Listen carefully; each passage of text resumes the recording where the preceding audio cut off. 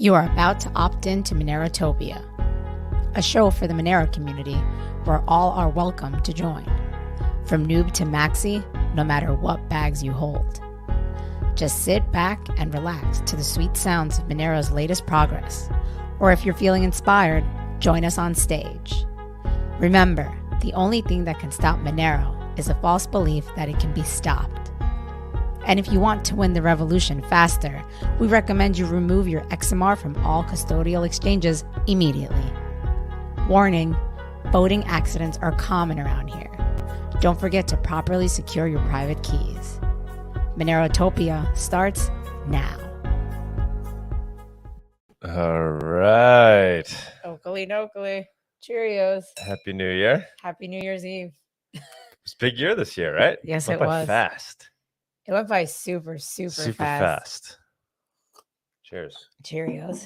You got to drink after your cheers. It's Just usually coffee, the way it is. guys. Just No- coffee. No, it's too early in the morning to start. Yeah. A little cannabis, perhaps, but too early for Really? for liquor. Too early. I want to be super. I feel like I'm already trying to be super healthy, but let's take it up a notch this year. What do you say? We already are healthy. Oh my God. This person is just extreme. What can we do to improve our health situation? I don't know. I don't know if anybody has any suggestions. Obviously, completely getting rid of alcohol would be. Yeah. We're not too Anyway. bad, but we stick to the clear stuff. We drink mezcal.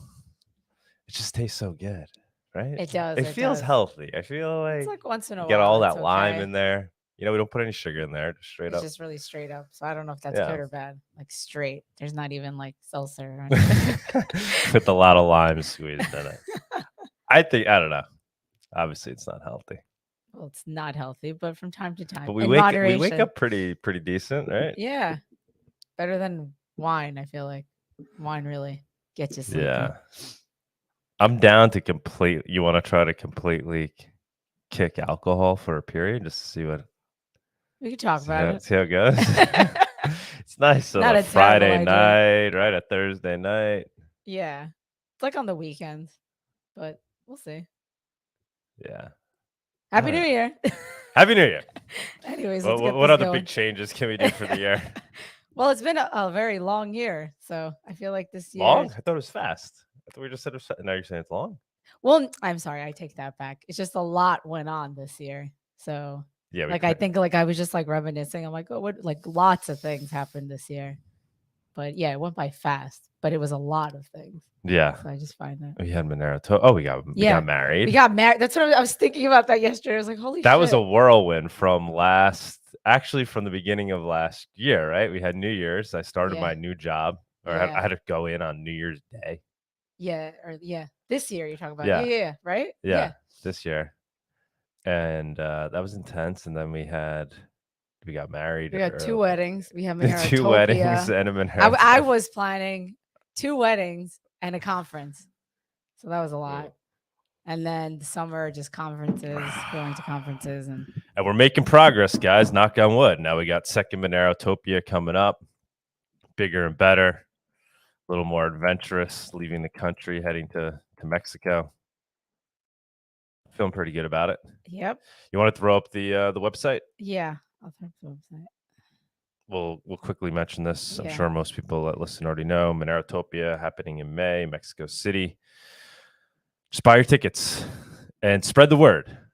Spread the word. Trying to get the word out, beyond just the Monero community. Any liberty-loving individual that's concerned about the elimination of cash and thinks we need a solution for the digital age should come down to Monerotopia. Super cheap. And you're just going to meet amazing people. Not just the speakers, the attendees too, because we draw, a cool, chill crowd of people that are curious, that are exploring, that are open-minded.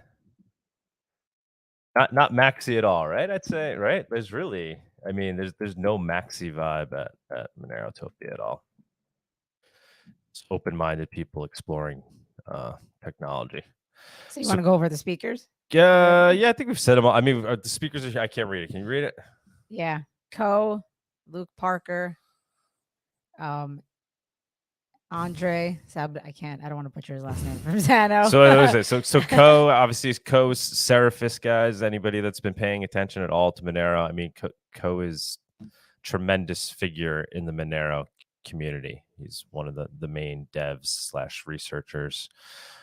He's the guy spearheading Seraphis. He will be there. He was at the last Monerotopia. Super honored to have him there.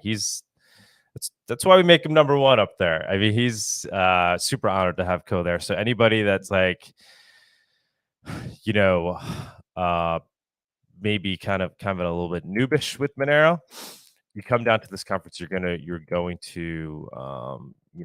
be hearing from the people that are actually developing the tech. So it's pretty cool. Luke is working on a new decentralized DEX. SERAI. Yeah, he always have SERAI. And then we have Andre. He's the main dev of Zano, but he also happens to be the guy, be one of the most early adopters of CryptoNote. He implemented the first code base of the CryptoNote protocol. Who else we have? You got to scroll down. Sorry. We have Justin Berman.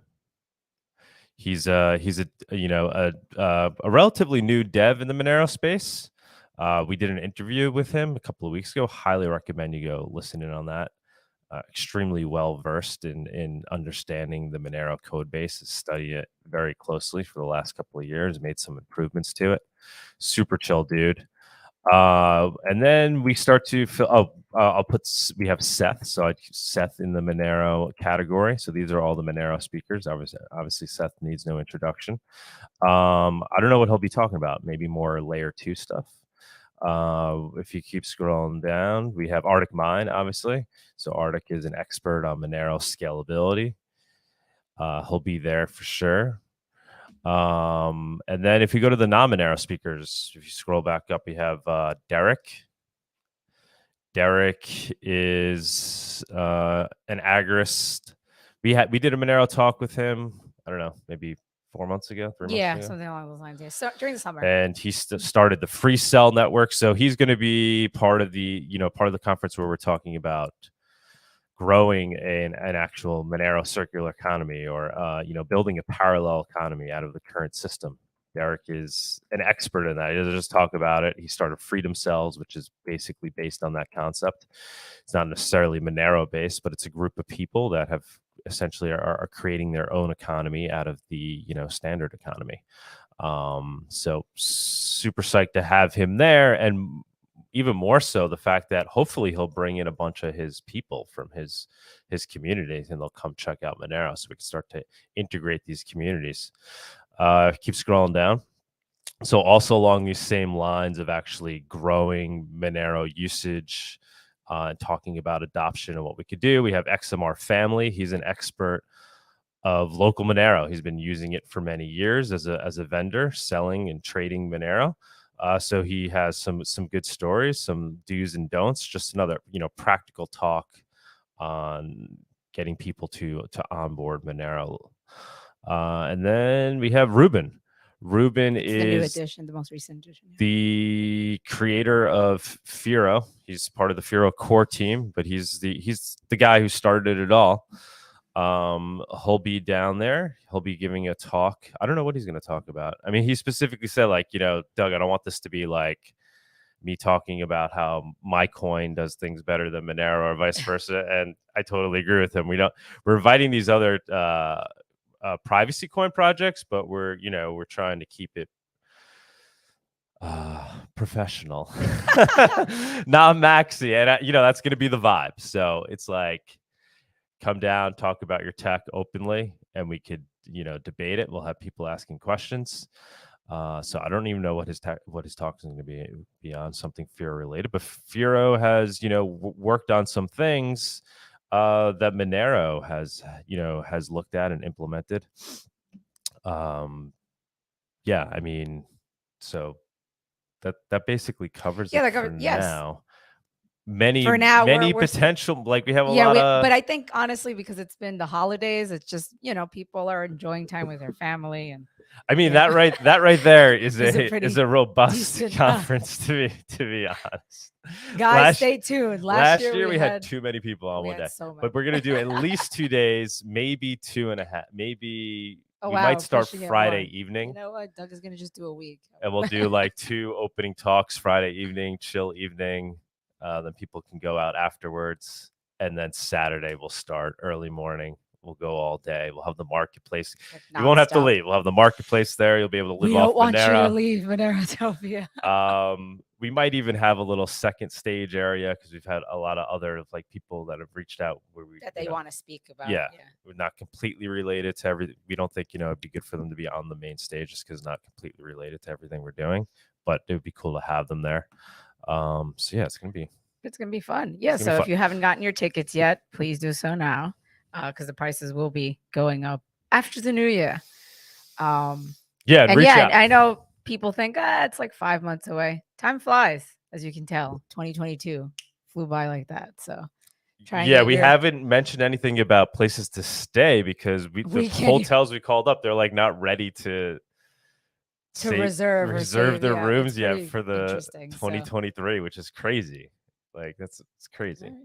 People do things differently, Doug. Maybe this week we'll get some information out there. But basically, you know where the venue is. Just find an Airbnb near it or a hotel near it. There's a couple of good hotels. We personally went down there and checked them out, walked in around the area. It's a good, safe area and lots of cheap hotels to stay nearby. And yeah, that's really it. Yeah, let's move it along. But yeah, basically, long story short, buy your tickets today if you haven't. Monerotopia 2023, Mexico City. Alrighty. I guess let's move on to the price report. Let's do that. The Monerotopia price report segment is sponsored by Local Monero. Avoid using KYC exchanges.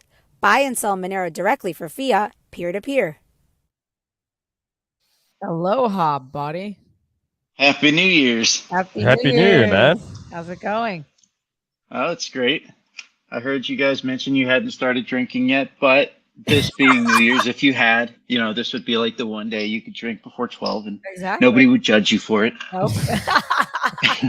This is a true story. Cheers to those that are cheers, yeah. That are already sloshed. Yeah, ready to go for it. More power to you. We'll be starting later. For now, we needed our coffee. Should we grab the mezcal? Yeah. Grab the mezcal. Oh my God. Oh yeah. It is New Year's. It is New Year's. I'm just on coffee right now, so I won't be too loose today. Yeah, we're on coffee and cannabis right now. Nice. Sativa though, you keep it high. I've never found it made that big of a difference for me. I've tried both, and I don't know. They both seem to have a similar. I don't know. Maybe I'm just not that sensitive to weed or something like that. I don't know. Yeah, sativa gives me much more of an energy high, more like a coffee. And indica kind of just like knocks me out. I do like to take kratom. I don't know if y'all ever heard of that. No, what's that? It's so it's a family. It's a plant that's in the I can't talk this morning. It is a plant that's in the coffee family, but it doesn't have caffeine. It has something that acts on the opioid receptors, but it's technically not an opioid. So it kind of just gives you like mellow vibes, makes you feel good. Oh shit, we should add this to gratuitous. So is it like? Oh yeah, I actually buy it for crypto. Really? Huh. Yeah, this business called Kratom down in Mexico. They sell it What is it? Unfortunately, they only. What's that? Coffee. It looks like a coffee bean. No, it's they use the leaf, so they powder up the leaf, and it's green or various shades of green, and you can buy it you can usually get it in head shops. I would just say be careful because the quality isn't regulated. The government tried to shut it down, of course, a few years ago. But then they were Kratom, Kratom. Did they also call it kava, or that's something else, right? That's something else. Yeah, I don't think I've ever had this. Okay. Yeah, kava is a root from Hawaii, and it's almost like being drunk or having a few drinks, but without the the toxicity of it. Yeah, we've had that a few. There's a shop that opened up in Brooklyn over here. We went a few times. It was interesting. Yeah, it's cool. I like it. Yeah, yeah. I don't go out of my way to have it, but do you drink it often? Yeah, I tend to drink it once every few days. Oh wow. Just to relax. So that's like your replacement for alcohol? Is it like, do you see it as being similar to alcohol? You could say that. Although I haven't like replaced alcohol with anything. I don't drink too often.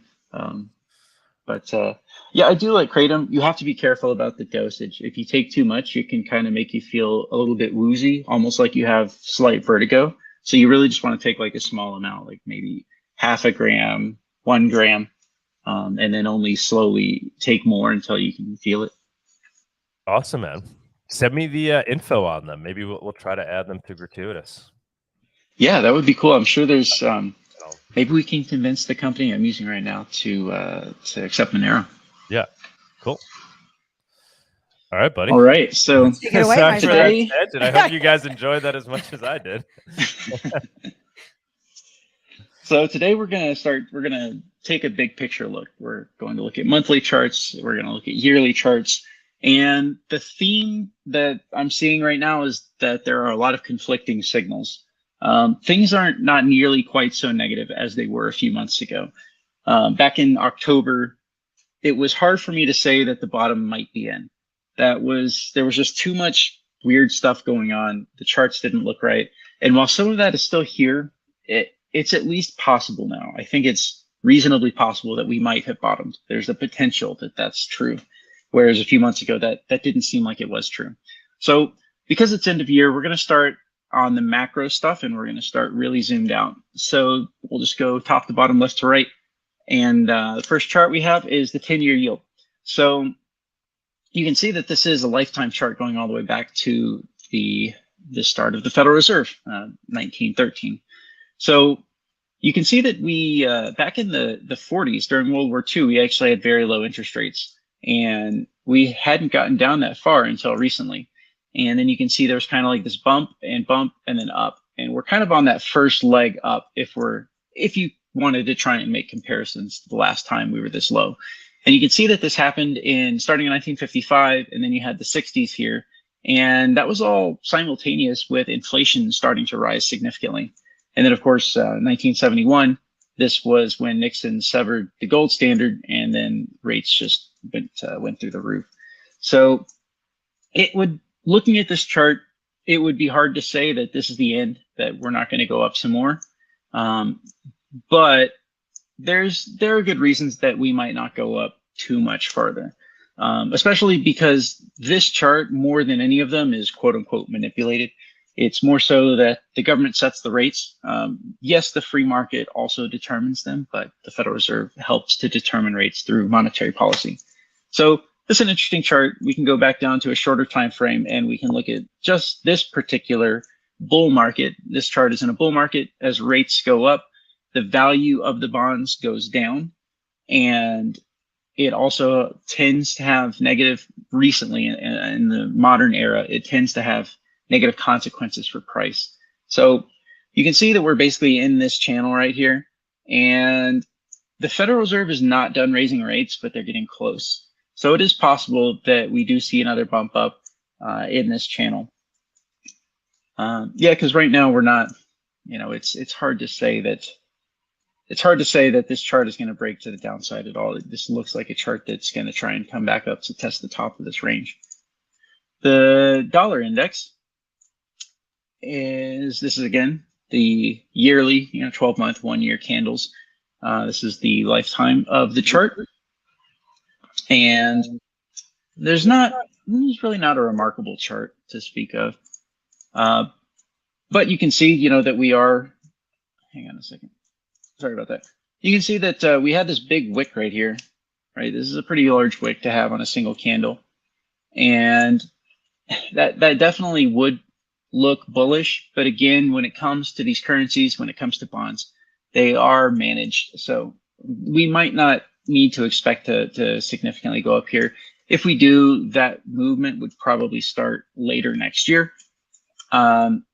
But right now, I do think that the Dixie has some strength, and we'll look at the shorter chart so you can see the shorter timeline. The one thing that I really wanted to show you guys on this chart was comparing against the federal funds rate. And again, I wanted to bring out the thing that Jay Powell said a couple of months ago that I thought was really interesting when he said that markets used to move after the policy change was made, as those changes filtered out to the markets, but that now markets are moving in anticipation of the forward guidance. So you can see this in this chart right here somewhat. So if we go all the way back to 1970s, 76 here, what you can see is that the Federal Reserve really pushed up the funds. That's what this white line is. That's the overnight federal funds rate, the one that Jay Powell and his team sets every month or so. And you can see that this went up first, and then we saw the Dixie respond by going up. So there was a pretty significant delay of, it started going up right at the peak, but there was a delay of about a year or so before the Dixie started moving. And you can see that this is essentially where rates are moving after the policy change has been made. And then now what you can see has happened is that rates came up off a floor of 0, and which is a significant move. Like, this doesn't look like much, right? You would say, okay, well, this is just a rate that moved from 0% to 4%. But the reality is when you're coming off a 0 floor, that's actually a very significant move. And you can see what happened is that the Dixie went up simultaneously with the Fed raising rates, because the markets now understand, and this is very important to understand when you're dealing with markets. Markets learn. People will look at charts and historical patterns from decades ago, and then they'll try and apply that one for one today. And that's not really a good idea to do. You need to understand that the markets learn the kinds of things that are important. And in this case, people have learned over time more aspects of the monetary system, more aspects of interest rates, Federal Reserve policy, et cetera, and how that affects the stock market and risk assets. And so now what we see is that currencies move on the anticipation or in lockstep with changes to the policy. So I thought this was a reasonably good illustration of that. And if you look in this chart in other places, you can see something similar. Like, for example, in the 90s, we had, so the federal funds rate was coming down for quite a long time, and then finally started moving back up. And then you can see that the Dixie followed it, but again, just slightly delayed. So yeah, that's what I thought was interesting in this chart. Let's go ahead and go to the daily or the weekly time scale, and we can just see what this bull market looks like. Okay, let's get rid of this as well. All right, so this is the current bull market. This was, again, back in last year, 2021, this was one of the ways that you could tell that we were going to be entering a bear market. So because the Dixie was already in a bull market, you can see this entire time frame right here. The Dixie had made a stop and reversal starting from basically from the top in crypto in May, all the way through till, just recently until October. So this was one of those big signs that, hey, the markets are shifting, funds, money is flowing in different places than it was previously. You can see as the Dixie went down, this was a significant driver of the bull market as well, or at least significantly correlated to it. So again, we've come up, we've taken a pullback. Right now, I've been expecting Dixie to take another move up to the top, but it doesn't seem to be forthcoming. So this actually does give us some indications that we might see some positive movement going into next year. And that's kind of one of the themes, is that I am expecting that we have a really big breakout next year overall. But that doesn't mean that it has to happen right away. I think that there's still a lot of nervousness in the market. So this is what Dixie looks like. If we do see the markets make a big bounce, for example, let's suppose Dixie kind of does this, the markets are going up, and then Dixie starts going up again while the markets still continue their momentum on a bull run, on this hypothetical bull run I'm talking about, or miniature bull run. This, again, is something we'll look at to tell us when the top might be in of any hypothetical move to the upside next year. We'll be watching Dixie because it does signal overall, like it doesn't match one for one day by day, but looking at it on a larger picture, the weeks, the months time frame, the Dixie does give you sometimes an advanced indication of changes that are coming up. So Right now, the Dixie has pulled back significantly and markets haven't really moved up. In fact, we're pretty close to the lows across the board. And we'll talk about traditional markets a little bit more. Let's take a look at gold. We don't look at gold enough. So this is the yearly chart, and this chart is just special. So gold, the currency was gold backed. The dollar was just a measure of gold for a long period of time, even after the creation of the Federal Reserve. And then in 1933, they had that executive order, where they confiscated all the gold. Criminal. It's too bad the people didn't stand up then for their rights and say, no, we're not going to do that. But anyways, there was a reevaluation after they confiscated as much gold as they could. And then it was flat. The US, Bretton Woods promised that, the dollar would be backed 1-to-1. You could redeem your dollars for gold if you were a nation state, but not if you were a person, which is interesting because previously you could redeem your gold. And then they said, well, only sovereigns can redeem their gold. So it's kind of like, it's not like sovereign, it's kind of sovereign citizen stuff where you'll hear people talk about we were sovereigns and then they changed everything and put us under corporate rules. That's like a whole other conversation. But I do enjoy learning about some of those theories. Not all of them are right. Some of them are kind of silly. But anyways, then we can see this massive move happen with gold. And that was started, and wouldn't you know it, the moment that Nixon severed the gold standard in 1971. So we had a big movement there, a big consolidation, and then another big movement. So interesting chart. We can go to some shorter time frames. Oh, there was one thing that I wanted to show you guys. Maybe, okay. Now, I don't really know what to make of this, but so top chart here is Bitcoin. Bitcoin had a big move to the upside, right? This 2013, 2014, and then a long consolidation period, and then a big organic movement to the upside, followed by a blow off top. So the gold chart actually looks very similar. After 1971, it had this big move to the upside, a long consolidation period, and then a big organic movement in the early 2000s. And then this is almost kind of like a cup and handle. So we're looking at a very long-term chart. So this cup and handle could continue to play out, but eventually this thing will resolve to the upside. And it's hard with gold. You kind of have to be patient if you're going to hold it. You have to regard it more as a mechanism for saving money than a mechanism for getting rich. You're just, unless you buy at just the right times, it's typically not going to be your best performing asset. For example, you could have bought in 2001 and rode that whole thing up to 2011, but for the last decade, it has been down and flat at best. So anyways, I just thought this was interesting that there's kind of like this comparison. You can see it sort of breaks down. So right where crypto was crashing here in 2019, gold was actually going up. So this is a chart that shows significant strength. So I just thought that was interesting that people might be interested in taking a look at that. Oh, this is a big one. I really wanted to show you guys this. Let me get rid of some of these indicators here. These are, maybe one day I'll show you what these indicators are when I have it ready. Okay, but anyways, what we are looking at here is the reverse repos. That's the white line. And again, this was another one of those signs back in May of 2021, and then especially September or October of 2021, that the market was at a top. Things were going to be reversing because this is money that gets parked with the Fed overnight, just overnight, and they get a very small interest rate for doing that. So this is liquid cash. This is cash that people have, institutions have, that they can use to buy markets or buy anything that they want.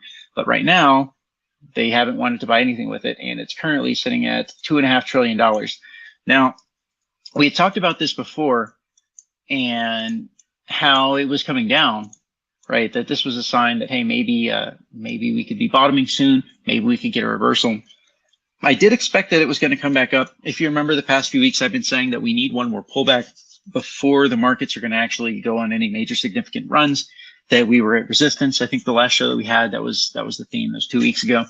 I was saying that the markets need a pullback, that this is the time for it to start. And reverse repos act kind of inversely to that. So reverse repos took a big spike recently to the upside, much larger than I thought it would. Actually, I didn't think that this right here would happen. So that is a sign that would say markets might have further down to go, right? So remember, the theme of this show today is that we have a lot of conflicting signals. So reverse repos right now, this is a signal that I would say that's a negative signal for risk assets, for stock markets, for crypto. So I thought that was interesting. That's definitely a point that we need to keep in mind.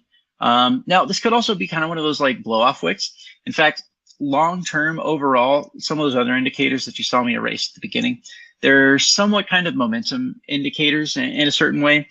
And overall, the momentum has kind of rolled over on this chart. This chart, like this is a big spike above kind of an established range, a standard deviation range. So I don't expect that this has significant legs, but you know, markets can surprise you. I would expect that after this move here, that it should come back down, and that will correlate with a big breakout next year. And then the last thing we'll see on the macro chart is we've got the US bonds. These are all different maturity lengths bonds, the darker ones being longer, the shorter ones, the lighter ones being shorter term. And then the yellow down here is the overall inversion of the yield curve. So you can see that we're going to close this year. We're on yearly candles here. We're going to close this year more inverted than we have closed any year ever. This is historic. So that's interesting. And then you can see up here again, all the rates are basically fully inverted. So that's, again, this can last. This can persist for a very long time. For example, 1994, we were almost at zero, and then we chopped sideways all the way until 2000. So that was a 6-year period where rates were almost inverted. And then you can see 2008, we had, again, like another year-long period where rates were inverted. So this doesn't mean anything's going to crash soon. People are like, oh my God, the rates are inverted. It's all about to crash. But that's not really how that works. It's it can play out over long periods of time. And that's a theme that I've had to learn over the past few years, is that markets tend to move very slowly, a lot more slowly than you would prefer in most cases. There are moments of explosive growth. Bull markets can happen quickly. They can be done in a year. But most moves, especially for ever since the top, most of the moves have just taken a long time to get there, much longer than I expected. Okay, so let's zoom in here to Monero. You know, so totally fully zoomed out view on the macro. We can look at Monero. I want to start with XMR.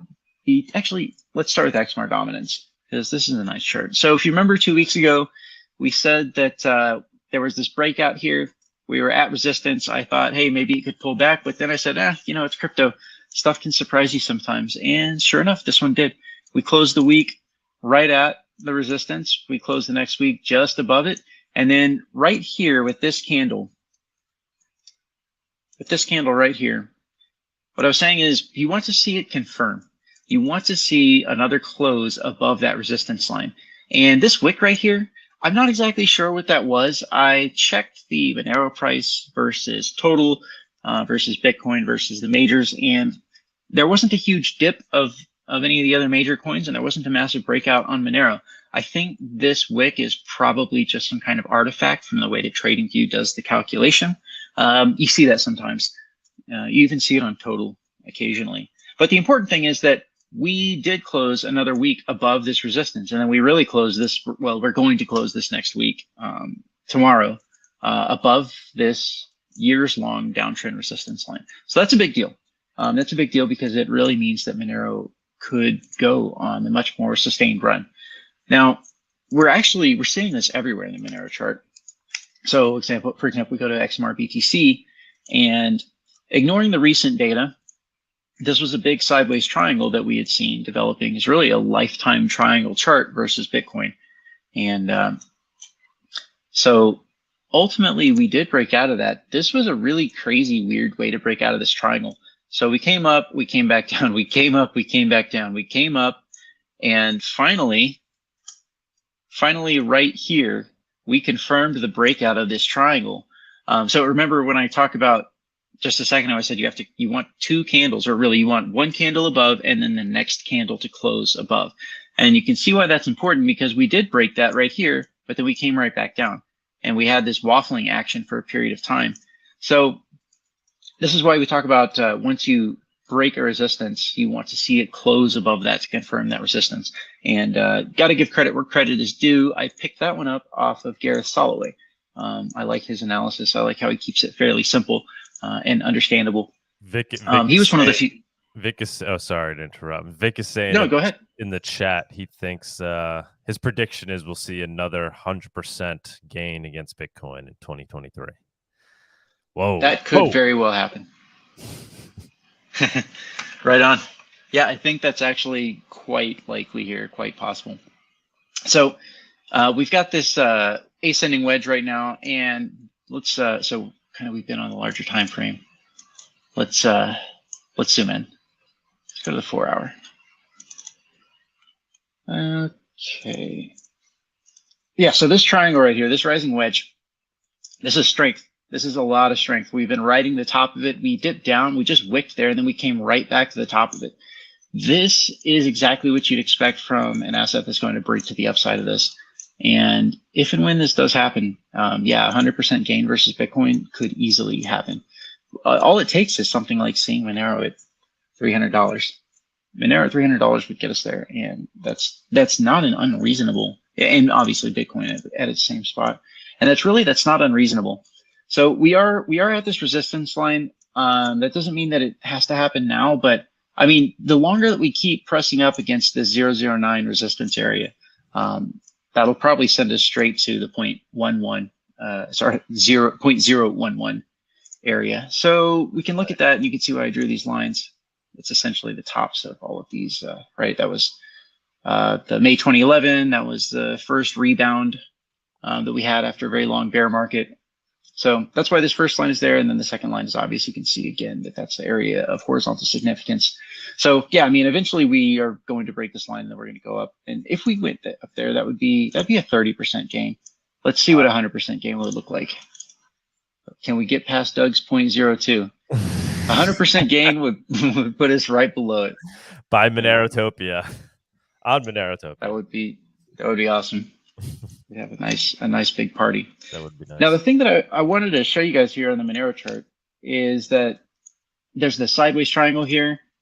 We're looking at something kind of similar on the USD chart, Monero USD. Now you can see that with the bear market, we have this kind of channel here where it's acted kind of as resistance. We'll break above it and then we'll come back down. It's kind of acting as resistance. The next move would be potentially to break this resistance, come up here to say $180.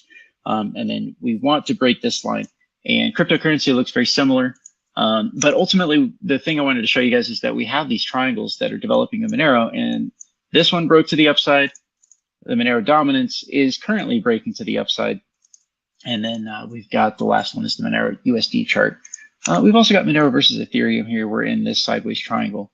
I don't have any big opinions on how this one breaks. You can see this one isn't quite as strong as the XMR BTC chart. And it's little things like this that I look at and I say, yeah, Bitcoin just doesn't look that strong to me price-wise. And then there's like 220,000 outstanding Bitcoin held by the United States government that they're going to sell at some point. It might be years before they sell it, but just the fact that it's out there, that's kind of hanging over Bitcoin's price. Whereas Ethereum and Monero, they don't have these negative externalities hanging over price like that. So longs and shorts, nothing. They're just flat here. Nothing has changed. Very, very close to the zero mark. Although technically we just barely went to net short. And the divergences, price divergences, nothing to speak of here either. Very close to zero. That's good. That's what we want to see. This action that happened here early in December, I don't know what that was all about. Binance was freezing withdrawals pretty consistently. I guess this was the money run right here. Another money run was done on the 14th, the 15th. So yeah, Binance was kind of like freezing their withdrawals off and on. I haven't been paying attention lately. They might still be doing that. They probably are. They've been doing it for the last 6 months. They're most of the time, or I should say like half the time they're down, half the time they're up. They're just like riding the line of trying to keep their withdrawals open, which of course enables them to maximize their fractional reserve ratio to hold as little Monero as they possibly can. So, but again, that's kind of another reason why we can expect Monero to have positive price action, because they can't go any further into those fractional ratios. They're just out of Monero. People want their Monero. So good signs for Monero price. Stock markets. Let's take a look at stock markets. We got the NASDAQ right here. You remember the last Monero report, the price report we did was right around here. And I was saying that we need another pullback. Now we're basically at the lows from the past couple months, and that's not surprising. This is definitely what the chart was saying. Let's go to the, oh, I actually wanted to go to the S&P 500 first. So let's turn off the indicators. This is the year-long lifetime chart. So S&P 500 starts back in 1872, if you can believe that. So we got kind of mildly positive action for like 50 years there. And then the Federal Reserve kicks on right here. That was the Great Depression that happened after the big run-up, the 1929 top. It came back down, was flat. And then ultimately, with the current monetary system, we have just had continuous exponential growth, right? We're on a logarithmic chart over here. So this is an exponential chart because, again, the Federal Reserve prints money, banks print money, they target 2%, which is an exponential function. So we've got this chart that goes all the way up. You can see every time that we've gotten out of this, maybe I didn't have that line drawn quite right. So let's actually just get rid of that. This has been an epic run since quantitative easing started after the 2009 collapse. This right here is a truly epic run, and it mirrors the run that happened after they killed Bretton Woods, after they severed the gold standard. So let's go to a shorter timeline right here. There wasn't much that I wanted to show you on the lifetime S&P chart, just so that we can take a look at it since the end of the year. Okay, yeah, so this line right here is the bear market resistance. We touched that line. So again, like it really wasn't anything spectacular to expect that we would get another fall here. What's interesting is that you can see that the bottom and the bottom here, we're still above that. So the S&P didn't fall nearly as far, and that's because fundamentals matter more in bear markets. People leave their growth stocks. People leave their speculative investments, their crazy YOLO plays, and they go to the safety of stuff like Coca-Cola and I don't know, some of the auto manufacturers, stuff that has been around for a very long time, that's established, they've got profits, they pay dividends. These are the stocks that people really want to pick up during bear markets, which is why you can see that the S&P as compared to the NASDAQ is back at its lows, right? These are tech stocks. This is stuff like Tesla. And the NASDAQ is pretty close to back at its lows, but the S&P is still higher. So these are very important lines, both of them, that if we see these lines break, and I do expect that at some point we'll see these lines break, maybe it'll happen next week where we'll start going up, or maybe we're going to continue down. This is where I'm sorry I don't have any good predictions for you guys in the short term. So we have the end of year tax loss harvesting. That's over. People have done all the harvesting they can. They've sold all the assets, all their losses, and realized them as much as they can. And now they want to get back into those assets. That should act as a positive price pressure starting next week. However, I don't like the way some of these charts are set up. There are still problems there are systemic risks with the Bitcoin price, and we'll get to crypto in a second to look at the crypto broad view. It's just hard for me to think that we're totally done falling here. Let's go ahead and look at, okay, Z-scores.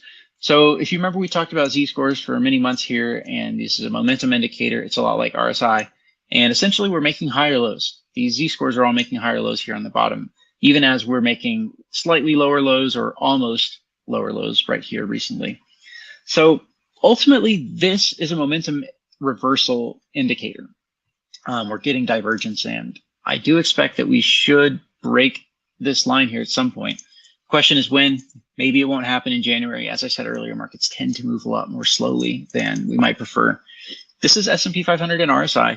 You can see that there is some small amount of divergence developing here, but that's hard to say. That's not exactly right because this is the 60% mark. And once you break 60, I kind of consider divergences invalidated, if that makes sense. Maybe if we go to the weekly, we can get something better. On the weekly chart, you can see some divergence. And because this is a weekly chart, this definitely gives you the feeling of a long-term reversal, which is why I've been saying that next year, we should get a reversal that's somewhat long-lived. It won't be like a month-long pump or a 2-month-long pump. It should last for a reasonably long amount of time next year, because this divergence, again, on a weekly chart is showing us that there's potential for us to go up here. So the S&P would be the first one to expect to break. If we see it immediately come right back up to this area and then poke its head above, that's probably all I need to see to start reaccumulating even more. I actually did buy back something like 7 or maybe 10% of my stack. And I bought it into a degenerate YOLO coin. I won't say which one it is, but it is a coin that's gone down significantly, and I expect that it should have another run. I wanted to warn you guys about Tesla 2 weeks ago, and I just forgot. It was on my chart list. I had a debate with someone on Twitter about 3 weeks ago about whether you should be getting into Tesla right around here. And I was trying to tell him, I said, look, because he said, well, fundamentally, Tesla's amazing in their balance sheet and they have no debt and yada, yada, yada. I said, that's great. But I don't need to know anything else other than looking at this chart. Looking at this chart, before it fell, this is a terrible chart. This is not a good chart. And Tesla's P/E ratios are really high. So Tesla might be a great company. I don't know. I don't really study companies that much. But one thing I do know is that in order for Tesla's value, for Tesla's profits to catch up to where the chart is currently at, they need to do like a 10x or 100x growth in their profits, which is huge, right? Essentially, this is, again, it's a growth stock. People speculate during a bull market that Tesla will be the next amazing electric car thingy, whatever, it doesn't matter. Lots of companies do this. And so their stock gets significantly ahead of its current real value. And then you spend this long period of time where the company actually has to catch up to the chart because people, they're speculating. So right now what's happening is we're seeing this big pullback, and Musk also had to sell a lot of Tesla. And I think that he's using that to try and sustain Twitter. He lost a lot of advertisers. So it seems like he was trying to find cash to keep Twitter going. So hopefully he can keep Twitter going. I think it's better in his hands than in the hands of the last guys. But I'm also not a huge Elon Musk fan in certain ways. So that's the stock market. Basically, again, we're looking for a breakout at some point here. It could happen next week. We have positive price pressure with people rebuying their stocks. But sometimes this stuff happens on longer timelines than we'd prefer. Onward to crypto. And this should be one of the last things we'll look at. So long lifetime chart of total. It actually goes back farther than this, but it's really just a Bitcoin chart. Let's go to a shorter time frame. Okay, so much like we had with Monero, we've got this kind of channel, right? We got this bear market channel where the bottom line represents a place we had resistance for a significant period of time. The top line represents kind of like our ultimate attempts to get above, to rise above. Now, to me, this chart looks very similar to this time frame right here. So what's happening here looks very similar to this right here. I don't like this chart. I really don't. It feels like bullshit. It feels like someone is artificially putting a bottom in these markets. It does not feel like organic support. The people that could organically support the markets have already bought every step of the way down. But at the same time, I kind of feel like in 2018, they were able to put a floor on the market earlier than probably it really should have been. There are some emails out there with Tether that they talk about they need to take drastic action quickly, or the market could fall further. That all came out during the New York Attorney General investigation into what Tether was up to. So anyways, I say that to say that I don't like this chart. It looks like bullshit, but that doesn't mean that this isn't the floor. This could very easily be the floor. I don't like that we didn't get, let's go to the monthly view. I don't like that we didn't touch my regression line down here all the way. I would love to have touched that line. That's such an easy rebuy point. But you can also see, let's go to the daily now, or the weekly. You can also see that in 2018, we didn't touch the bottom red line. That happened during the March 2020 crash. So I don't know. I mean, maybe it's possible that we don't touch this line. This is just a statistical line. There can be fundamental reasons for not following it. I would like to have hit this because that makes it an easy rebuy. So yeah, I don't know. Again, so on the theme of conflicting signals, we've got the tax loss harvesting is over, positive pressure, people rebuying their assets, but then we still haven't quite touched some of these targets. And we've got some of these problems with Binance, with DCG. These are systemic problems. Well, I should say systemic price problems. If Binance or DCG or Genesis collapses, or GBTC, the Grayscale Bitcoin Trust, that will be very price negative. But maybe they can save it. And so my thinking right now is this. If we don't see another major bankruptcy for the next 3 to 6 weeks, it's very likely that confidence will return to the markets, and that will be enough for people to start rebuying. Maybe kind of like, I don't know exactly who will rebuy. All the true believer moon boys are already bought, but there's probably a significant contingent of institutional that could rebuy. So if nothing collapses in 3 to 6 weeks, that should be a good sign. Recently, we saw Valkyrie. They're like a ETF company. They release ETFs. They said that they're interested in acquiring GBTC. And I don't know the full legal details on GBTC, but I do know that they needed someone to take over the company. It was important because there was they were going to have to do some kind of major sale. That Bitcoin could have potentially hit the market if they didn't. So the fact that Valkyrie is saying they're interested in buying or acquiring GBTC and taking over management, that's a really good sign. Or rather, I should say, it's the removal of a significant negative unknown hanging over the air. So that's kind of like, there's a big question mark. There's a lot of unknowns hanging in the air. The removal of one of those negativities is a good thing for price.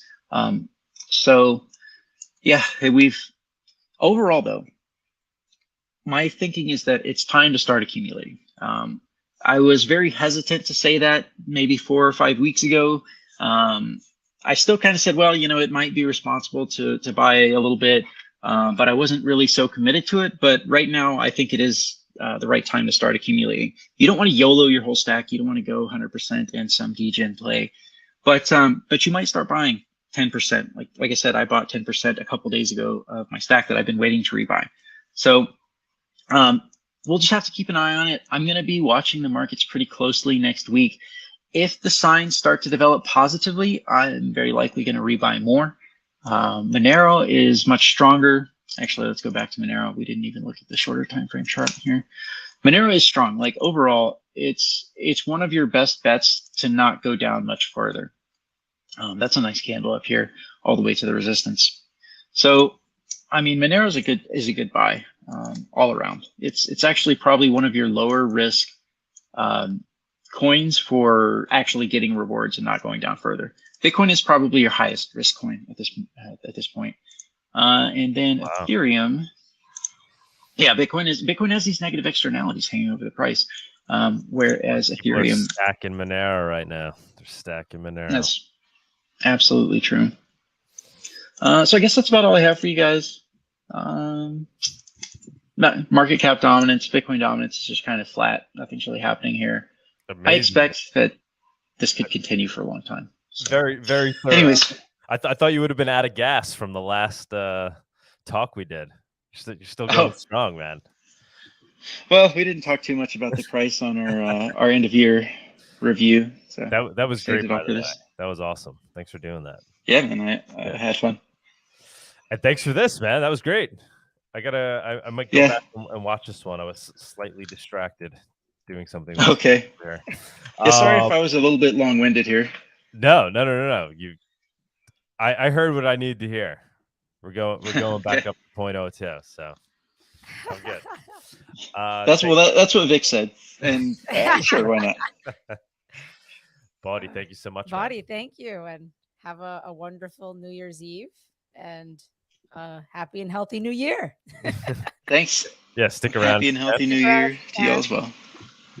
All right, man. Happy New Year. Happy New Year, my friend. Alrighty, so I guess let's move on to our guest. Yeah. We got people waiting. I think we'll skip the news for now. We could just do the news with everybody on stage. Yeah, let's try to do Bawdy, jump on stage if you can join us. I think he said he had to run though. Yeah, I think he had to run. So let's move on to the guest segment. Woohoo. The Monerotopia guest segment is sponsored by Cake Wallet. Store, send, receive, and exchange your Monero and Bitcoin safely on iOS and Android too. Cake Wallet is open source, and you always control your own keys. All Aloha, my right. friends. Some Thank heavy you hitters. all. Wow. Look Damn. at that. I think I've muted all you guys, so if you want to What's unmute up, yourselves. Vic, Seth, Morning, everybody. Justin, How you guys doing? What's going on, Good. guys? How are you? Thank you guys for joining us on this New Year's Eve. Nice hat, Seth. Right, we're just talking at the same I time. know. I guess let's go one by one. Let's go around Yeah. the room. Hi, Seth. Hey guys, how's it going? Good. Thanks for putting this on. Glad I could finally jump on for one here and there. So No, appreciate Yeah, it. thanks, Thank man. you. You've been busy. You've been hanging out with those Bitcoiners. What are you doing? blending the lines, blurring the lines, I guess. Doing a good job. I like your hat, Seth. This thing's Ah. making it on more and more podcasts and video calls, and yeah, it's my go-to. Is that the one? Is that the one Justin got made? Oh, it is. I think so. Yeah. Oh yeah, those are. Oh yeah, I think I remember. The Looking limited good. edition run. Wow. Right. Gotta auction that off. Justin, what's up, All right, man? hello, Justin. Hey everyone, Happy New Year. Happy New Year. Thank you for joining us in your blurred office. Yeah, there's a cat tree in the background and all sorts of fun stuff you have in your office normally. Nice. Awesome. Good times. Good times. Anhdres, hello. Thank you for Anhdres. joining us. Hello. Are they still partying it up? You guys still partying strong out there? No, but we are still happy. So Good. It was an awesome game. Awesome. I did think of you once they won. I was like, woo! Yeah, thank that was you. an amazing game. It was an awesome game. That was very, very nerve-wracking. Yeah, it was awesome. Very awesome game. So congratulations. Thank you. Like I just took any You worked hard. any part of you what the worked team hard. did. It's all Yeah, because it's of you, hard to get Andres. there. I made all my this and all that stuff like that. And Was I there did my like part. a party in the streets? Did you go out in the streets after? of course. Yeah, how all was day it? long. Yeah, that was crazy. Really, it looked. I mean, I tried to convey some of that through Twitter somehow, but there was 5 million people on the street Oh my on gosh. Yeah, I mean, it on looked. just a city and around the city. So it was must have been amazing. crazy. Yes, totally overboard. I mean, imagine like a highway, for example, like 3 different highways, 3 lanes wide and every like 6 lane wide, full of people like just jump into the highway, so no cars whatsoever. So it was very difficult to get in or out of the Buenos Aires city, for example. And you have like a whole perimeter highway as well. And the next day, the next day was even worse because the team was team came, coming back Oh my and going God. into a bus Yeah, I through heard the they got city stuck. and around. So everybody jumped on the highways and on the main streets just to see the Super. bus. Collapsed everything. 5 million people. They had to. I think it was like 3 or 4 hours of the bus just to make 3 kilometers. Oh my god. And they just basically gave up after people jumped from bridges to get into the bus of the players and stuff like that. Just gave up and took a chopper and fly over the city. Are you And the serious? people didn't care. It was just I didn't know if it was fucking- real or not, but I saw that. Yeah, Really? that was What is totally that? real. Yes. That's I was amazing. like, yeah, I was like, really? Because yeah, the bus got like, because there was And then just they so went many into a people. helicopter? Yeah, because they couldn't Yeah. move anywhere. I thought that was. It really was. If you see footage of the whole thing that is everywhere, it really was like a happy version of World War C. You know? pretty amazing. Yeah, really. Just Oscar, man. crowds moving like that. Magical. That Millions will of go in the people. books. People get so excited. How do we bring that energy to Monero? We need that type of energy in Monero. Forget about it. Yeah. That's hilarious. Well, congratulations. I'm happy Congrats. for your win. Thank you. You did a great job. Well, hello, Vic. Vic, what's up, man? Howdy. Hey, Happy New Year. Happy New Year. Year's. Yeah, Cheers. yeah. How you guys doing? Woo. Good. Just chilling. You're local to New York. Congratulations for yeah, I'm here in New York. Okay. And Sunita's going to talk to you about some stuff. But anyway, congratulations on a successful year. Thank Yeah, you. you Thank too. you. Congrats, man. Yeah. Congrats. Interesting a lot of shows, interesting discussions, interesting guests. It's been good. Well done. Yeah, it's been an awesome year. man. Thank you. Yeah, we were reminiscing the other day. We're like, With it's been a Bawdy long- for yeah. 2 hours. 2 hours. Vic, what would you say are some of the biggest accomplishments for Cake this year? Obviously, I guess Cake Pay, right, was a big one. Yeah, I'd say. I mean, we added a lot of little features, and the app looks totally different than it did a year ago. I mean, not cosmetically, but just feature-wise. But I think Cake Pay was definitely the big thing for 22. Gave off-ramp to millions of people worldwide, 140 countries, and it's been very successful beyond my expectations. So it's been good. I think it's a great feature. I actually use it myself. So yeah, I hope you guys have tried it and liked it. Oh yeah. Oh yeah. Yeah. We love We it. use it. Kidding It's me? awesome. Yeah. Very easy, very convenient. Yeah. It's a great feature. Great. It's Great. Monero. Did you guys do the web one as well? No, we stuck to the app, I think. The what? Yeah. What are you saying? The The web web? one? Yeah. You don't know? We have. Okay, please tell So- everybody. What? So that's where the 140 countries are. Come on, man. Oh no, well we haven't used that. We don't need to. Yeah, we have the Yeah. app. No, you do, because there's other brands for US there, as well as debit cards. Oh, okay. Okay. Yeah. Well, Justin's give giving me the the pitch. look. Don't say the name. Okay, what? What? Explain it now. Wait, hold on. Let's go over this. We haven't used. I've been using Cake Pay on my app. I use it, locally around here. I haven't checked out. So The web version has other vendors. like other vendors plus prepaid debit cards. Okay.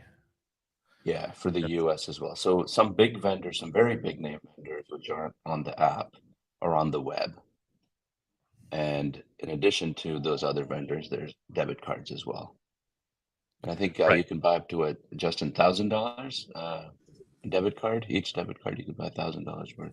Yeah, for each prepaid, it's $1,000 per card. Yeah, and you pay face value. You pay face value. You're not going to pay like 105%, or you're going to pay 100%.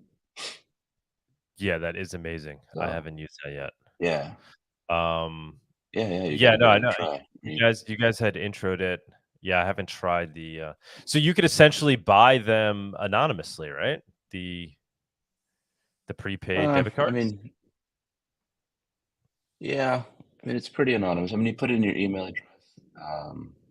We have heard of some people having, I guess, one person so far that had to They got put KYC. everything in. But besides that, yeah. Okay. But and you can get a physical card as well for the debit card. So you can get a card mailed to you, and it's like $3 to get it mailed to you, and you'll get it in like 7 to 10 days. And you could have it loaded with what's the amount? The max you're saying? Like 1,000? Up to 1,000. Oh. Yeah, I'm actually waiting for my physical one because I'm going to try to add it to Apple Pay and Google Pay. It's not supposed to work, but I'm going to try it anyway. Yeah, this is sorry we didn't. Well, I don't think we've had you on to talk about it, right, Justin? Right? Did you guys come on Monero Talk or Monero to talk about this? I don't think. I think right? we came on for the first one. I think we came on for the app version one. Yeah. Yeah. But exactly. we never We launched talked the about web version. the recent upgrade. I know you guys did a Spaces on it, and I was more focused on the fact that it's now acceptable in other or usable in other countries, right? So right. So it's a little different process than the app version. The app version, you get it delivered right in your app, and it gets saved in your app. But this is web based, and you get an email with a link. You get an email with a link, and you open that link, and you get your card. Yeah, I'm gonna get one of those cards just just to show off. Yeah. Yeah. Check this out, family. Told you it's real. So this is not Cake. Yeah, so this is not Cake branded, but we're working on Cake branded cards as well as Monerotopia cool. branded debit cards. Yeah. Nice. So when You. someone pulls out their black Amex, you can pull out your Monero.com. Here you go, son. Yeah. Cool. That's awesome. So awesome. That is actually really Yeah. exciting. And Has last- anybody tried it? Has anybody gotten the card? I guess. Obviously people don't tell us, but we can see No, the anybody here? I'm volumes asking are- anybody here. Seth. Oh, or- anybody Oh here? no, Chill. that was we haven't moved on. To I Chill. tried That's it. what I was- Yeah, there you go. Chill. Well, let's introduce Chill. You tried Chill. it? Wow. Oh, sorry, Yeah. Vicky. I'm adding it actually to the Monerotopia workshop because to me it was a big deal because CakePay is great to buy stuff from these restaurants. But then one issue I had, like at the gas station, you can't use Monero, and there's like places where you just can't use Monero, like postal services, whatever. And so this is kind of bridging that gap for me because now it's just like I can use Monero everywhere and I don't need to ever leave Cake to do it all. So it's Yeah, it's that's amazing. tremendous, and then especially in That's physical great. card That's great. form. Yeah. Yeah, I didn't get the physical card, but it's just you need to try it. It's super awesome to have this. Have you bought gas with Monero effectively? Have you done? So you've done this? Well, you don't buy it with Monero. You buy Yeah, the the card. Visa card, Yeah. and then yeah. You've done that? That's amazing. Yeah. So That is that's like, huge. I mean, Bitterfield, one of them had some kind of gas station option, but it was just one option. And when you're driving around, you don't want to like have to drive to find this one particular gas station where you can use crypto. Mhm. So this is just Chilla, let me easier. ask you, did you give the Visa number to the cashier and they punched it in? How did Yeah. you use it? No, Yeah. they Because there was no barcode or anything to scan. no. You gave It's the just, card number and yeah. they typed it in. Okay. Yeah. Okay. Yeah, and I That's didn't all. get the physical. I should order that, but I want to put that in the workshop so that people know, okay, like this is how you live on Monero completely. Yeah. And hopefully it's I mean, not going to be affected.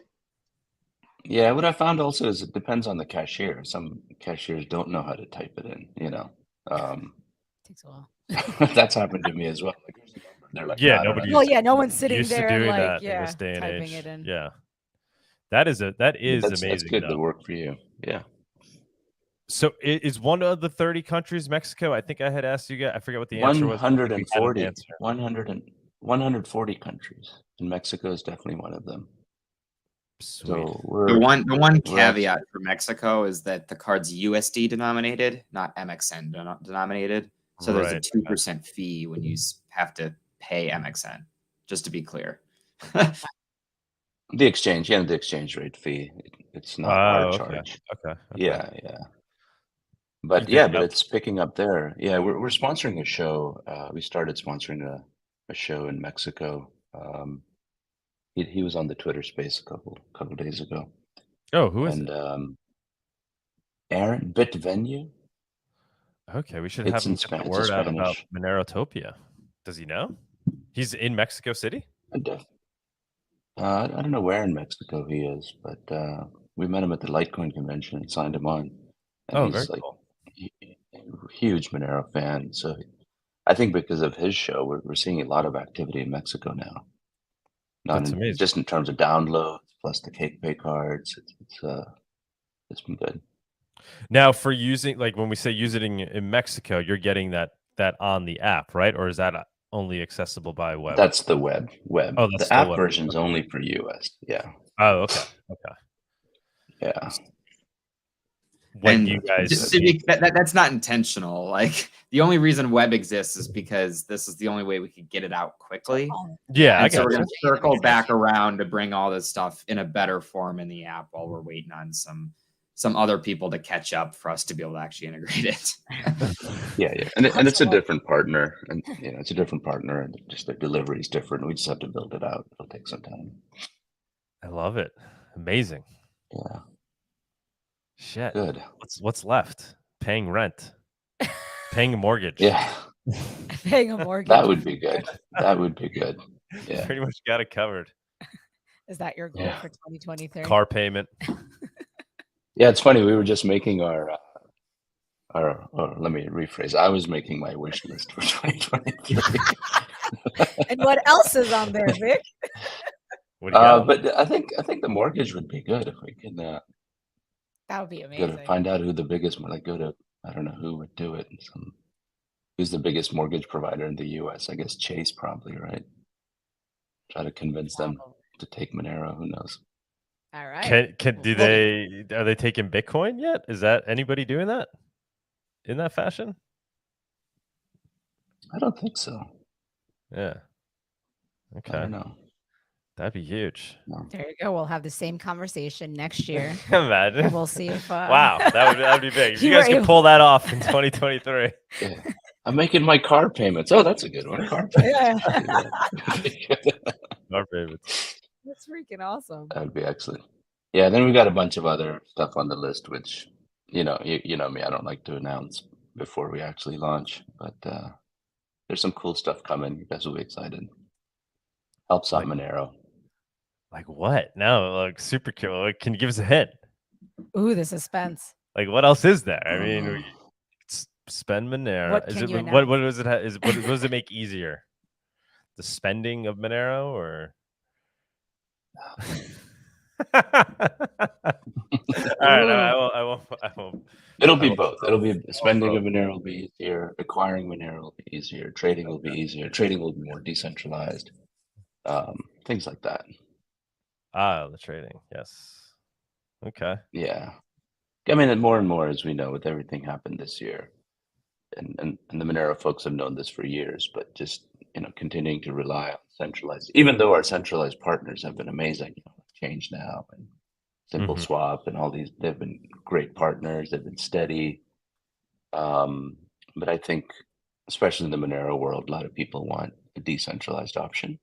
Oh yeah. And yeah, so we wow. definitely So want to do you think that might happen in 2023? We might get some version of that going in cake. I think something will happen. I mean, I think with like a Havino type thing, which I don't want to say took over, but we kind of are involved in now.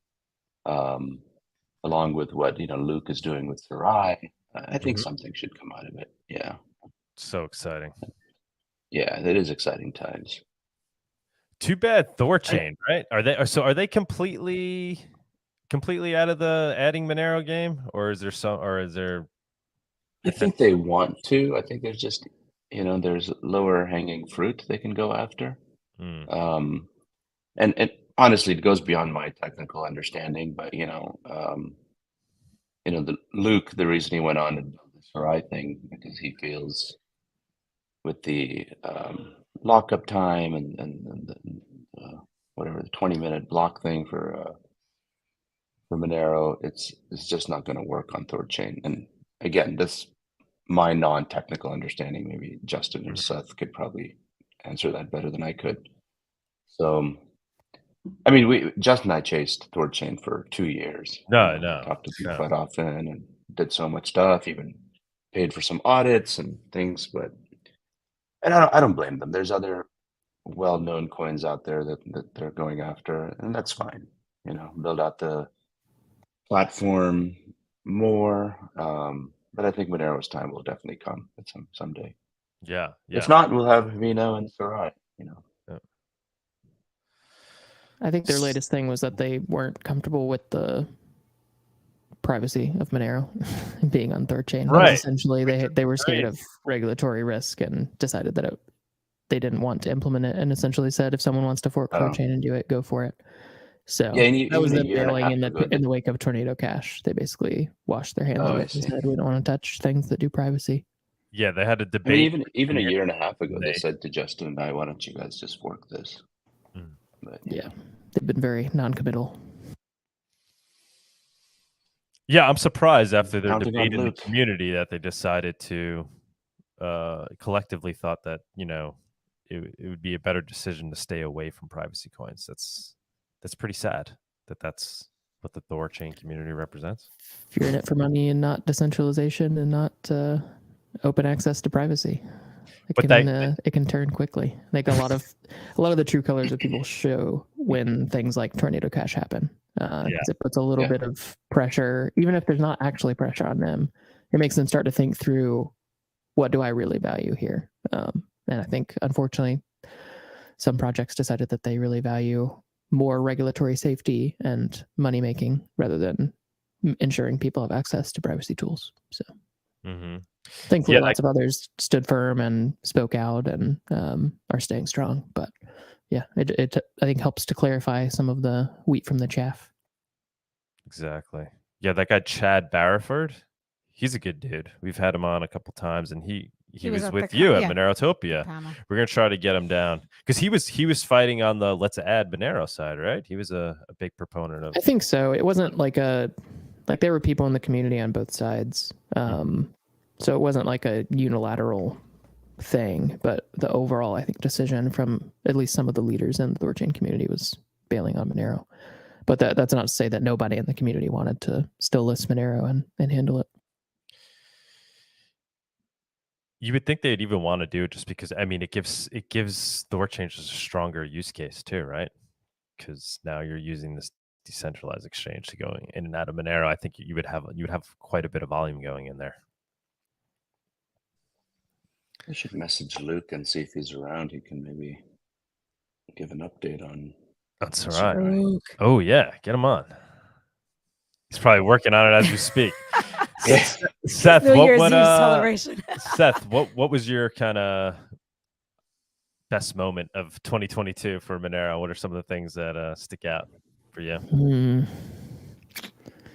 I don't know. There's a lot of good stuff. I mean, I loved that we got MoneroCon back on and had first year of Monerotopia. I mean, having like Monero specific events and places for us to gather and build community are so important. So that was probably the highlight for me, being able to attend both and speak at both and just meet a ton of Monero people and just privacy focused people was an absolute blast. So that was probably, I mean, obviously hard fork was a big one too. I think we've all kind of forgotten that happened and the process involved and the advantages now to wallet sync and all of the things that we gained from that and all the hard work put into it. But that hard fork happened this year and I think it's been really helpful. I mean, I've noticed in just using Cake Wallet or Monero.com wallet, it's much more quick to sync now after the hard fork, and it's a lot better user experience on mobile for sure. Plus all the improvements to the apps themselves, but the network improvement has been big. So I think those are the big ones for me. Justin, how about you? Go around the room. I mean, I have to agree. I think that the network upgrade was certainly one of the most important things we did. It is probably going to be 2 years before the next one. So we have a bit of time now to sit back and plan what'll happen specifically with the Jamtis and Seraphis implementations. And now the Bulletproofs plus implementation. You just keep adding another plus on the end. But yeah, I mean, from my perspective, I spent a lot of this year working on Cake Pay for first mobile, then web, and it's going to continue through next year. So that's been my big push, is to make it, to answer the question, what can I do with Monero? I think much more people have a very straightforward answer to people now than they did a year ago. Nice. Anhdres, what was your Monero moment? Anhdres. Yeah. I will have to second Seth on this one, on the events. I think having 2 Monero events in 1 year and the 2 successfully. I lost Monerotopia. I didn't have my visa on time. I've been to Lisbon. It was such a good time that we have there. Seth was there. He can testify. And it was like a show of the nice things about the Monero community that I keep repeating everybody that doesn't know it. But super clear and live. I see you both guys as well over there.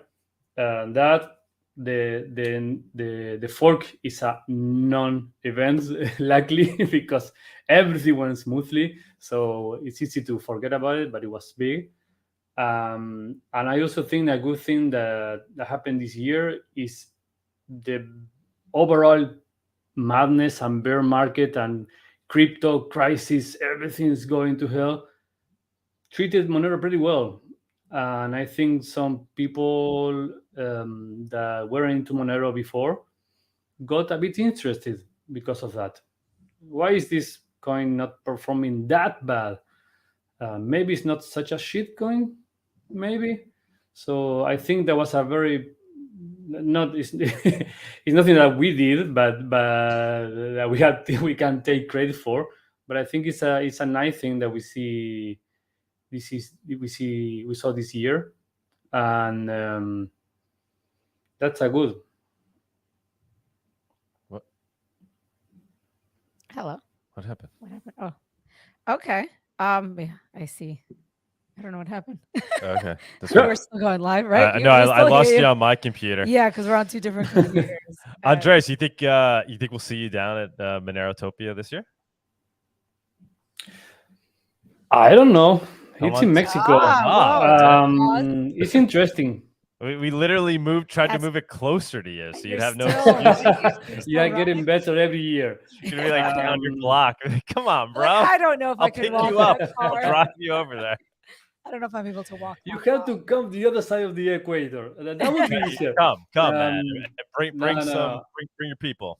I promise I will try my best. I think, well, if I want like a very short speech, I think it's a great thing on the Latin community. I think Monero, not only in the use case that it provides, but also kind of culturally is already pretty well aligned with how money is understood in Latin countries.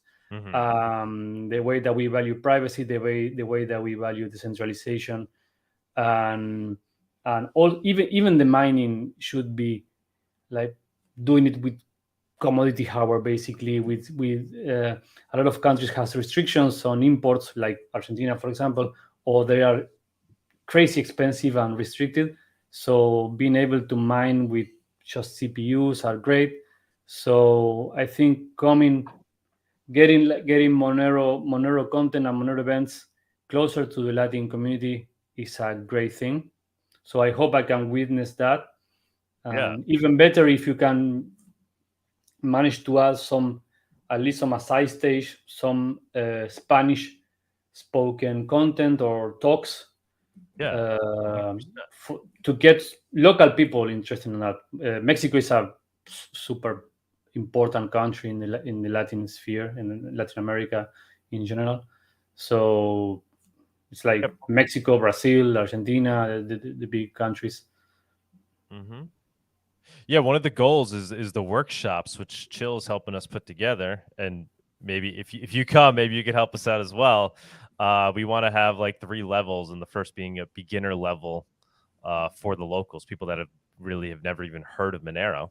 And, we'll give away whatever, $5-10 worth of Monero and onboard people, get them to download, Monero.com wallet or Moneruju, and teach them the basics. And we want to basically make it free for them to attend. So trying to get the word out to the local community and just get people to kind of come into this marketplace.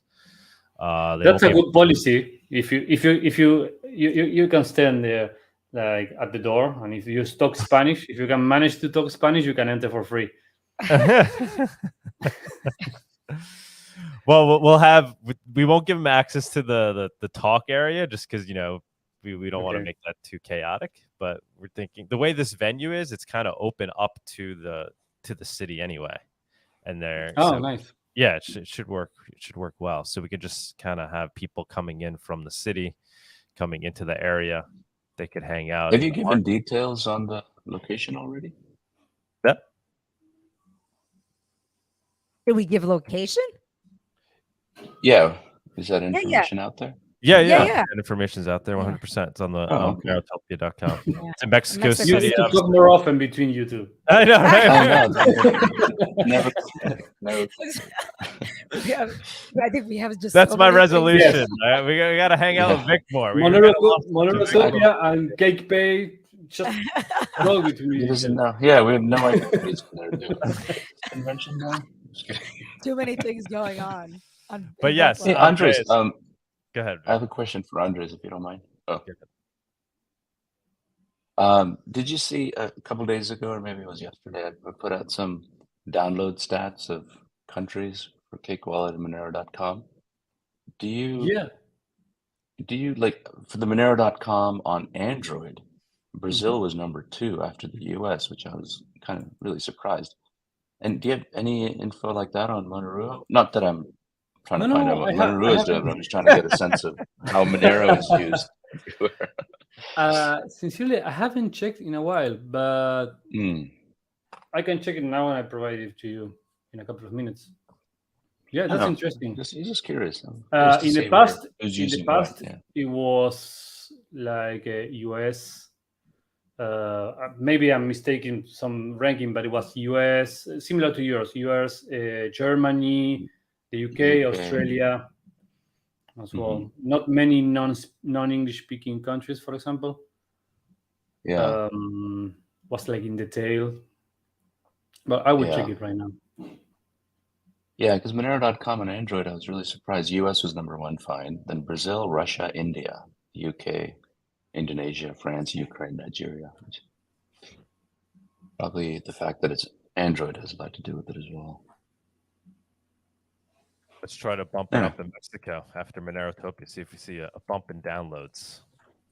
Yeah, I got to talk to Bitvenue to get on it.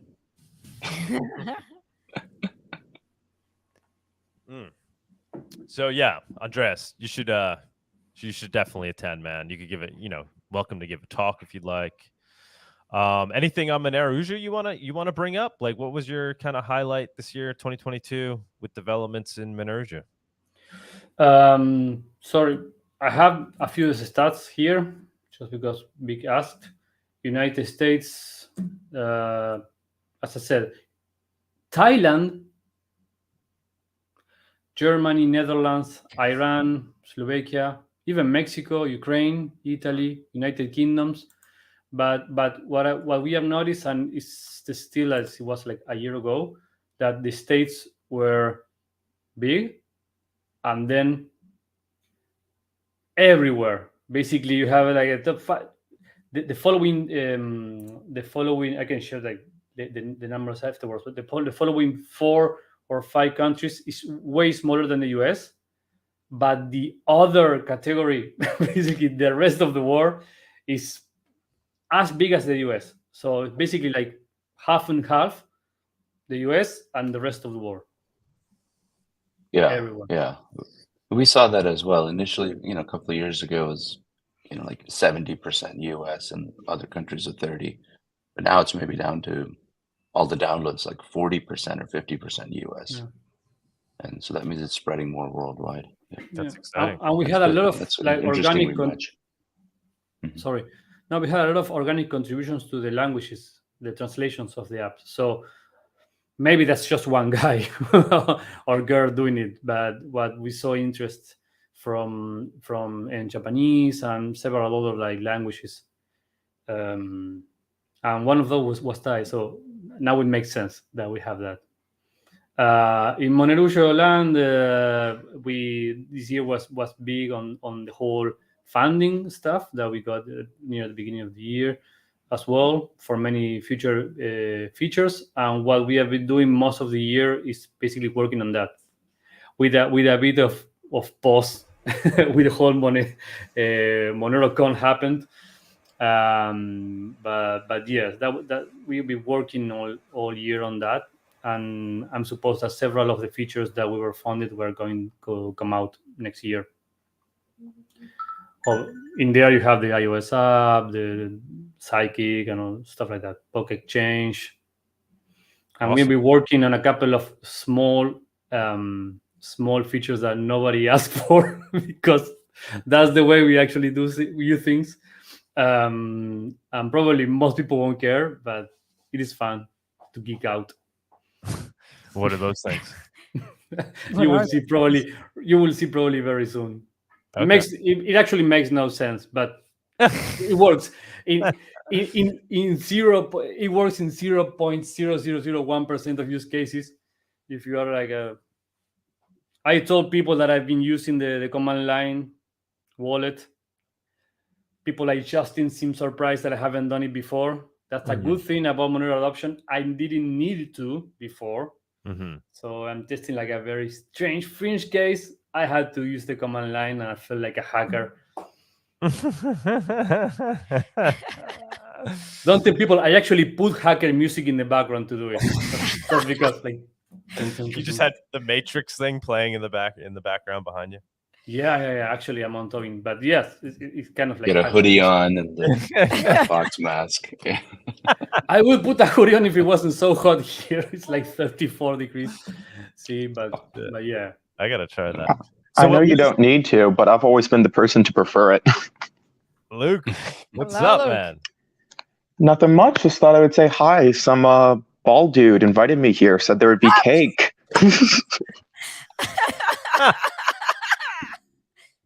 That was not. You'll get there. It's You definitely young kids cake. with your hair and your CD players. You'll get there. This is fabulous. As man. part of the Bawdy syndicate, I take that as a personal offense. You don't do that. Hey, I was the one. I was calling Vic bald. Okay, it was nothing against you about you, Anhdres. No, I know, but it's actually like an unspoken syndicate of Bawdy people. Yeah, We stand Baldy's for got each to stick other. together. Okay, now. And then you have ArticMine with his God-given His gift hair. of full Yeah, hair. this is Yeah. amazing locks. Arctic, what's Yeah. up? Yeah.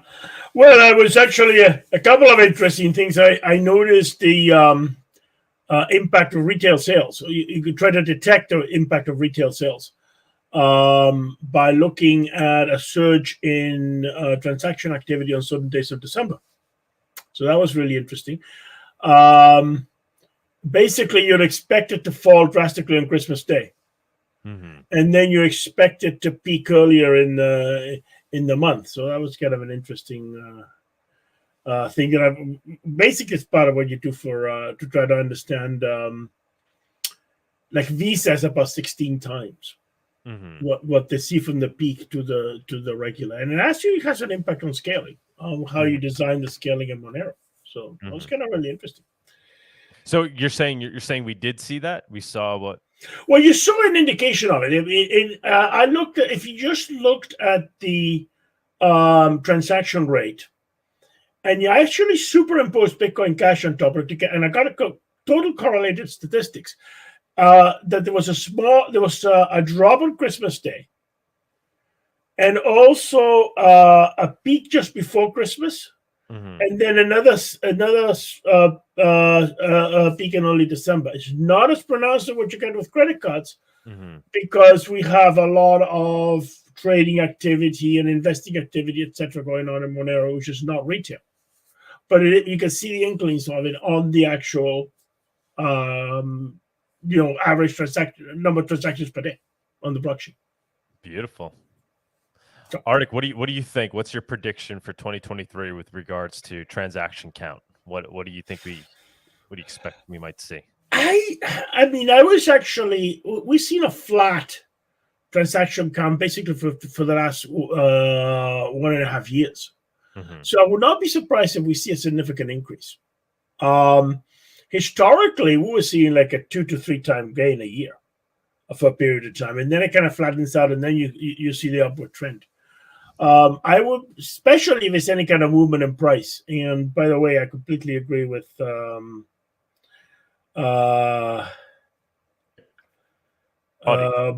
on this, because he sees Monero as a strong coin. I mean, fundamentally, I think it's the only one that's viable, if you ask me, and it's not because of privacy.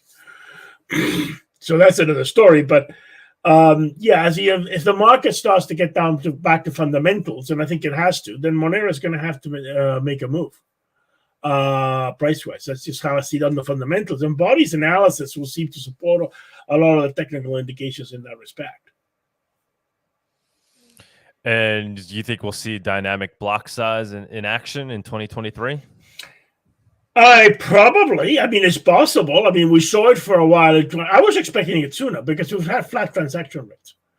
But it's definitely possible. A lot depends on what happens. I mean, if you saw 2016, when there was a sudden move in adoption, and it went from like, it was like easily, part of 2016, we had like a 20, 30 time increase in transaction activity. Well, that would definitely put it into the dynamic block size. Awesome.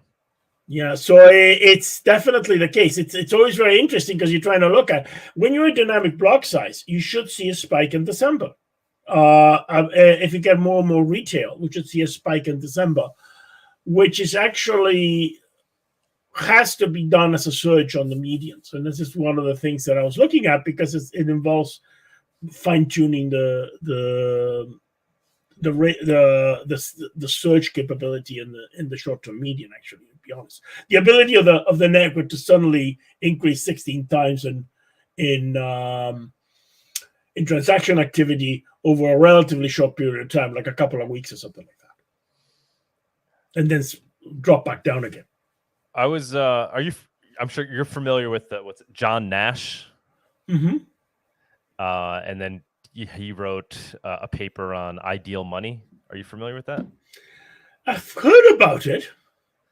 Yeah, because I was just listening into a Bitcoin Spaces the other day, and they were hypothesizing how John Nash might be Satoshi, and how he, was thinking of all these ideas. And it was interesting because he, one of the things he talked about is how the inflation should asymptotically approach zero.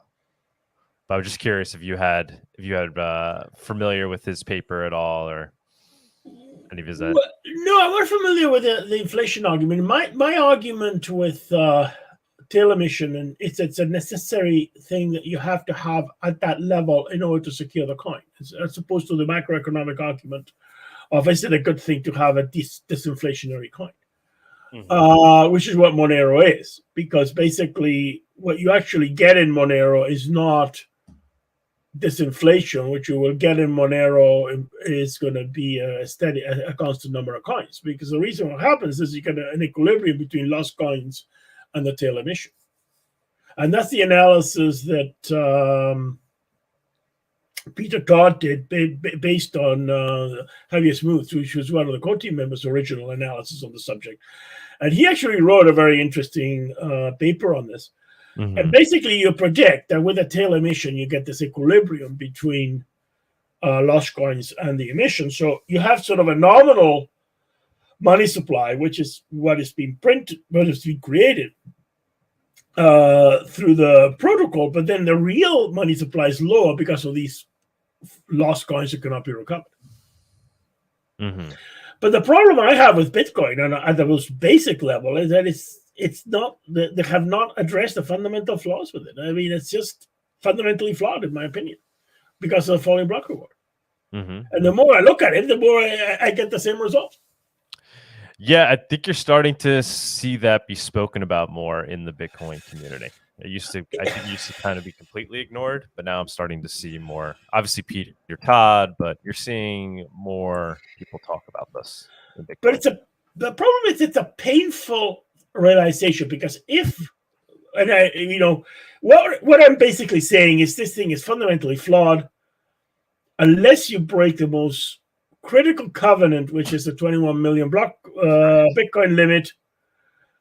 Then you're going to have a security problem. I mean, nobody wants to hear this. Yeah, they really backed themselves into a corner with doubling down on the fact that the most important thing about Bitcoin is that it's capped at 21 million. Like, exactly. So now you've got the most sacrosanct right. social covenant being its fundamental design flaw. Right. I mean, it's like, and then you come in and you try to talk about it, and of course, you get really negative responses from people. Yeah. I mean, because what I'm telling you is your $300 billion asset. It's fundamentally flawed at a critical protocol level. Right. Not infinity divided by 21 million if the system doesn't work. Right. And the other problem is it's every other coin, with the exception of Monero, has copied it. Dogecoin had by accident a tail emission. And but they're moving to proof of stake, apparently, from what I've heard. So, well, yeah, I'll send you the John Nash thing. I was just curious what your opinion was, because he talks about it from an economic standpoint, not from the standpoint of having a blockchain that's self-sustaining, but just from an economic standpoint, for you don't encourage too much hoarding, and you meet that balance of it being valuable enough where people want to hoard it to some degree, but where they also want to spend it is basically what he No, was. no, and it's a very legitimate conversation on its own right, but it's fundamentally different from the one that I'm approaching, which is this question of the thing is it even viable from a security perspective. As opposed to, is it a good thing to have inflation or disinflation or a small amount of inflation or no inflation? Or that's a different argument entirely. Right. That I see it different. Yeah. I was just surprised when I read, because I was like, wow, no, I was like, because the Bitcoiners were talking about how John Nash, he's whatever, a beautiful mind, smartest man in the world, and maybe he's Satoshi.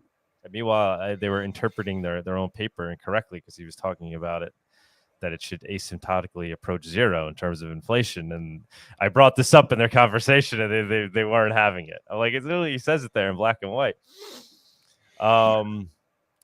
Luke, what's going on, man? What's the update on Serai? We've actually made a lot of progress recently. I think when we last talked, I was mainly focusing on the Monero library, which I am still very, very proud of. But now what we're actually discussing is getting our cryptography audited. And we actually have the audit lined up for that. We're hoping to have a demo within a couple of weeks. And once we have that demo, we're going to start running our first networks, and with our first networks, start poking at wallets to get, some initial code done, some initial integrations. So there's actually a lot happening and a lot moving forward here. Very exciting.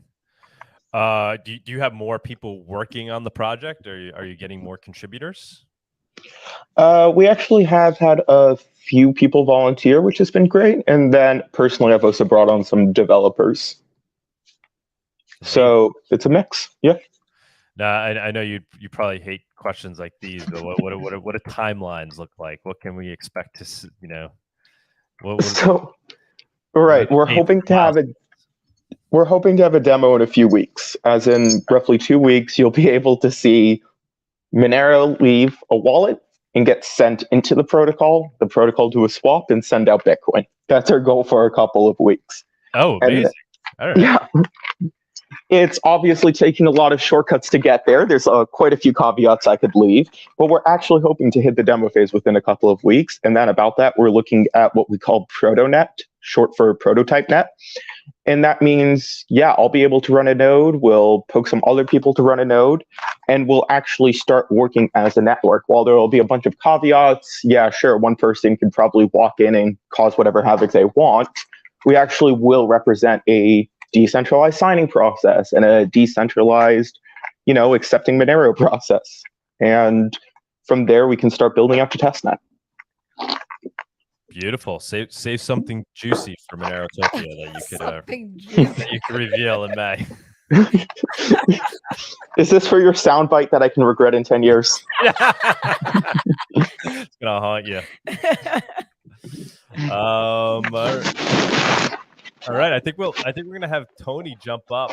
I was just waiting for him to jump on. Okay, because we didn't do the news, but we'll have him just bring up some of the. And I think he wants to say hello from Romania. Okay, he wants to say hello from Romania, but he can bring up some of the events of the week.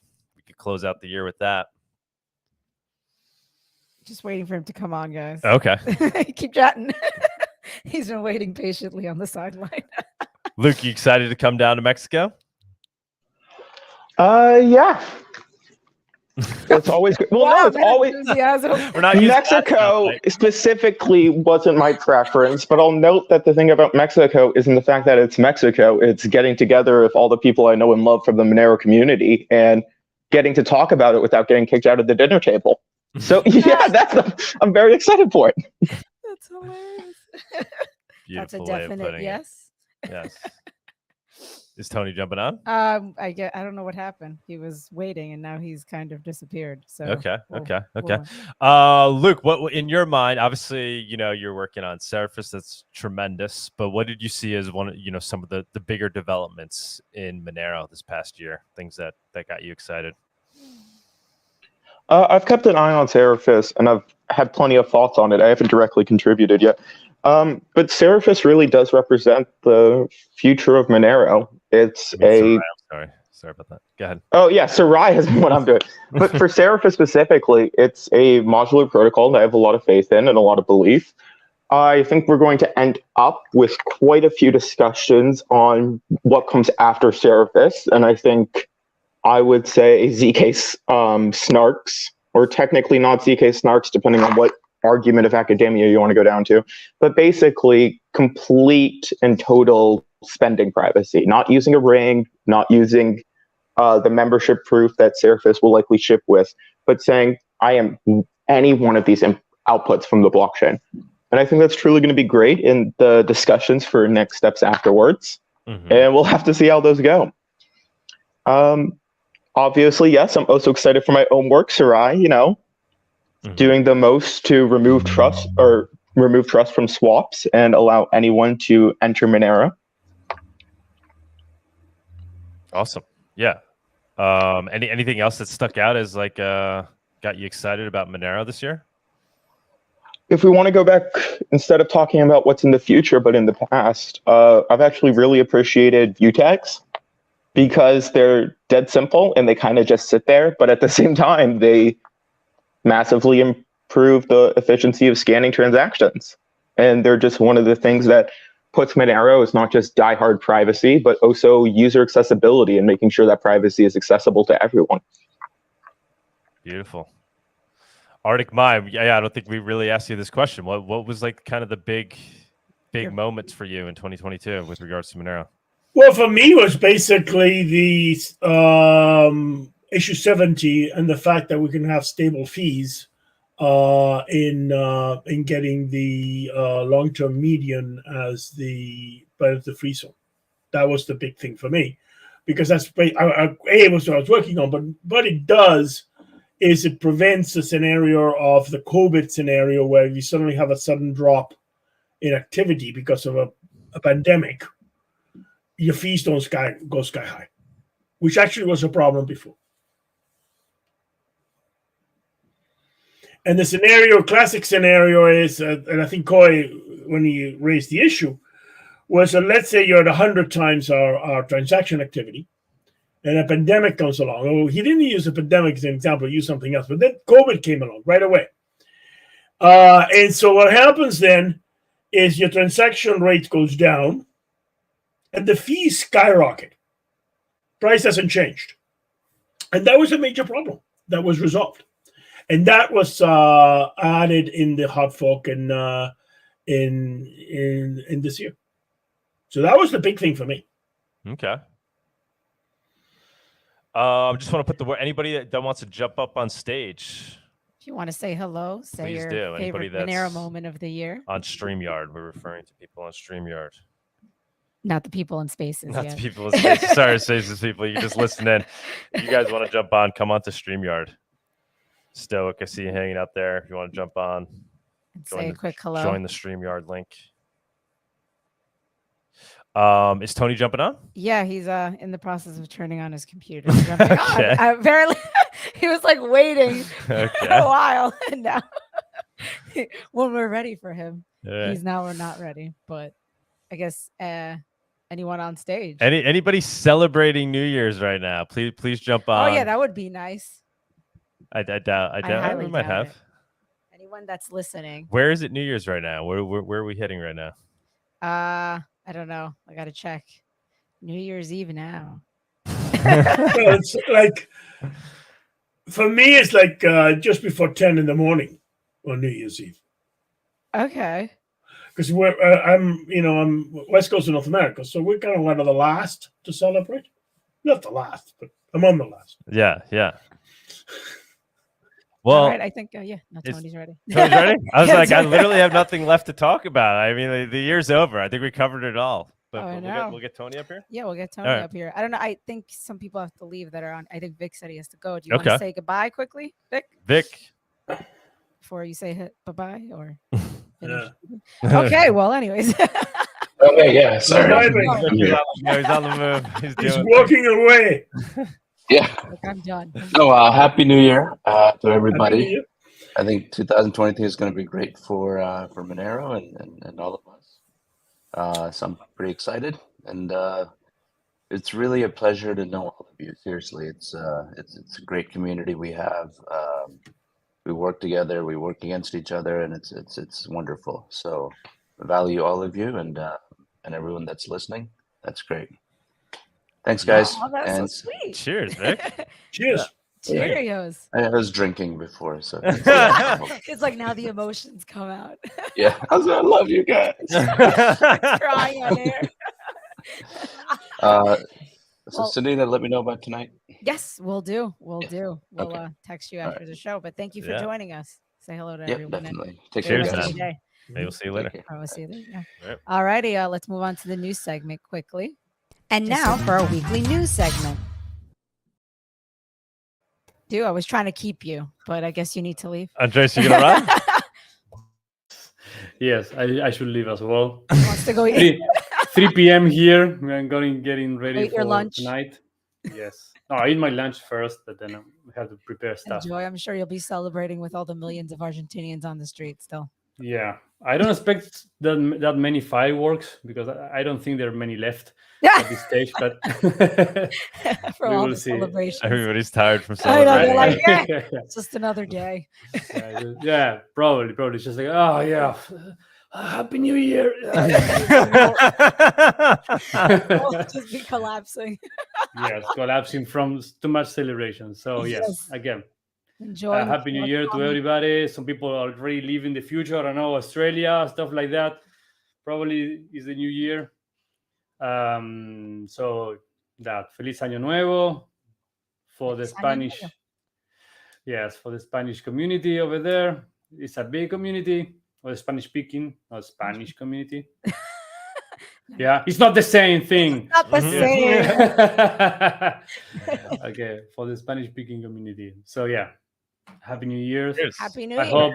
I wish everybody the best year. And even if you're not like super Luke coder or stuff, find yourself a little Monero project for next year. You can draw, you can write, you can sell coffee, you can do whatever. Find yourself something to do. It helps the community. It helps everybody. Don't be afraid. And good luck with it. Don't be afraid and good luck. Good advice. Good advice. All right. Awesome. Yeah. Anybody that ever, that's working on a new Monero project, you could always reach out to us, jump on this show. Happy to talk about what you're working on. Yeah, to talk about it and just share your thoughts. All right, man. Feelings. Okay. Thanks for having me on. All right. Happy New Year. Bye. Ciao. Have a good one. Take care. Thank you for joining us.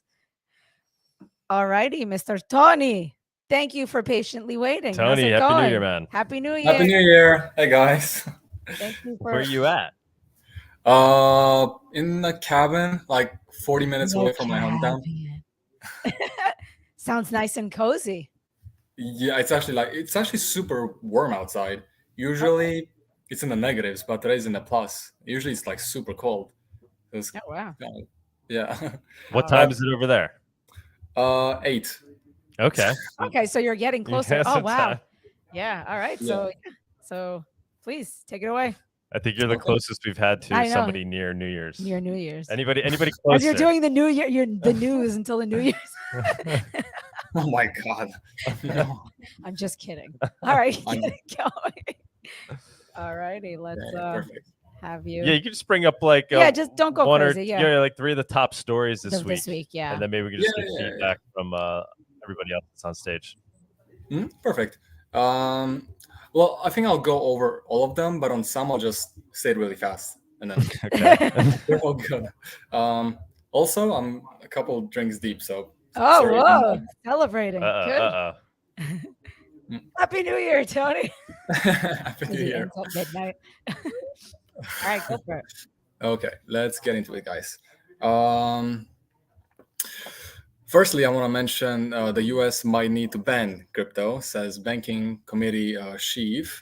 US Senator and Chairman of the Senate Banking Committee, Sherrod Brown, spoke on Sunday about what actions regulators need to take after the implosion of FTX. And it's interesting how they've forgotten, because this year happened so many things. We had Luna, so many different implosions, but they only mentioned FTX. And after FTX, they really up-ramped all these regulations. And then he said over here, he suggested that crypto may be something that ought to be banned, if not for the risk of sending the industry offshore. Then it talks about banning crypto and how SBF, FTX former and disgraced boss used political favor and donations to create an illusion of credibility around himself, presenting a flaw within the current political system.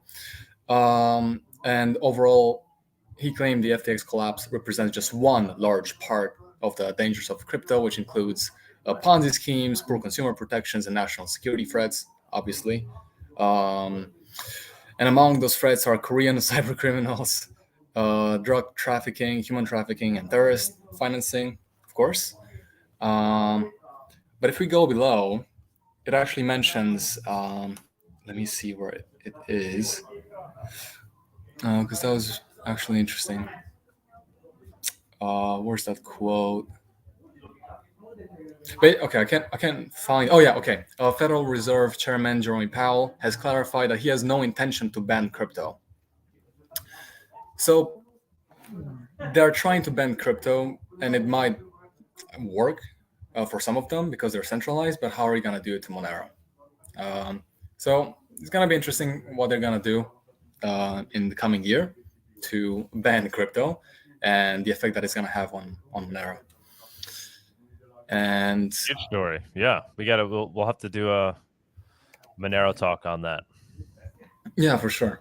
Now I want to mention something that is going to thrive through this ban that is coming in the US, which is the Moneromarket.io, and it's something new that I've seen, and it's really interesting because they offer services, products, and it's priced in Monero and then also in dollars.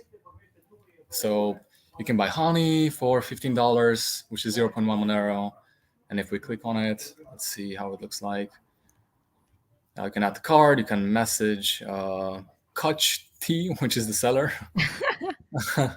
of the honey. And it's the best quality Slovak honey. Bee farm located in the national park. Interesting. I love it. Yeah, so there's actually a lot of stuff. Electronics. Let's go to electronics over quick. Oh, Xbox. You can buy a Nintendo Switch. You can buy iPhone 5. A TV. You can even buy a TV. So you can buy a lot of stuff. Nice. Pretty cool. It's basically like a Craigslist, so it's easy to post as a vendor, create your own. Yeah, but I wonder what kind of escrow system they use because it's kind of hard to trust. Yeah, anybody for Monero Market that's listening out there and wants to jump on and talk about do you know who's running the project? There's been a couple of attempts so far at this concept, obviously, but nothing's gained good traction yet. I think this guy, XMR 808, I think it might be him. Submitted my service, bullish on his website. Yeah, so I think that it's this guy. So if we want to get in touch with him, I'll be him. I think. But let's move on. Let's talk about Monero users urging followers to pull coins from Binance, which is something that we've been talking about this whole year because Binance constantly suspends withdrawals and enables them again. So it just keeps doing that. And on the 25th of December, on Christmas Day, a Reddit user named Dr. Antarctica announced that Binance has restarted withdrawals of Monero on the Binance platform, though it might be temporary, of course. Again, like I think at least once a month they suspended it, they re-enable it. So this is nothing new. And if we go to this post by Crypto Morpheus, Monero actually is starting to store the Binance withdrawal status for Monero in a chart. So if you go on this chart, it actually plugs in 0 for disabled, meaning the withdrawal is disabled, or 1 for enabled, and on the specific period that it's been enabled or disabled. So this is pretty cool, and it's interesting because now you can actually see it live, how many times Binance has stopped withdrawals. So it's really interesting. And now moving on, I want to mention atomic swaps, and they're incentivizing new contributions with bounties. So if you do want to, they need help for XMR to Bitcoin atomic swaps, and if you want to help bring it to production, we need more people to contribute. So make sure that you go on this link and click on this link, and then you can see how you can help. And it'll be a good way to start 2023 with a good cause. Then I thought this was really curious because the cryptocurrency subreddit is going to hit. Oh, it actually just hit 6 million members. That's cool. 18 hours ago, it was like 5.9, and it was super close to 6 million. But what I do want to mention is, so 6 million people are subscribed to cryptocurrency, but how many people know of Monero? How many people are in crypto for the change that it's supposed to bring, and how many people are for the capital gains and for the short term? And there's actually a lot of the people in this space don't really care about the Monero fundamentals. It's actually only a few amount of people. Most of them just, they bought Dogecoin, they got out, and things like this. So it's a movement, it's continuing to grow. Everybody knows Monero, Bitcoin. And honestly, my goal is, or what I would hope for in 2023 at least, is for more people to know of Monero. Not necessarily, you don't need to buy Monero, but if you know about Monero, just as you know about Bitcoin, because everybody knows about Bitcoin, I think that's a good goal for now. And then only got a couple left. CakePay Mobile released the volume for the month. I think this was for just like the whole year, actually. And Monero is at 82%, Bitcoin is at 16%, and Litecoin is at 2%. So not a lot of people use Litecoin. Most of the people use Monero for CakePay. Because I think a lot of people are introduced to CakePay through Monero. Then if you want to go to Monero Dance, it's a new news website, and you can find a lot of things, including Monero Talk, and you can see all the Monero talks that we've had on the show, Monero Chan News, Monero Research, Monero Standard, Monero Moon. So basically, yeah, I like this one. This keeps everything. It's a good overview of everything. Yeah, like everything. Pretty much. Yeah, they even have our Telegram on here. Who's doing Monero Dance? Yeah, we'd Monero love to get them to jump up and do it. The Monero Dance. The Monero I love it. I'm not sure. I think I've had. I saw it on Reddit, and then I just clicked on the link and exited Reddit. But I think it was from Reddit. I'm not sure, but I can find the person. Yeah, cool. We'll have them jump up maybe one day. we can jump on as a guest. That'll be cool. Then a meme posted by John Foss. Guys, literally only one thing. This thing. Guys, literally only one thing. It's gonna be more and more. It was funny. This one, 3 commas. We couldn't end the year without another hack. We've had all this year. We've had hacks, all things happening across the space, and 3 commas actually has been hacked.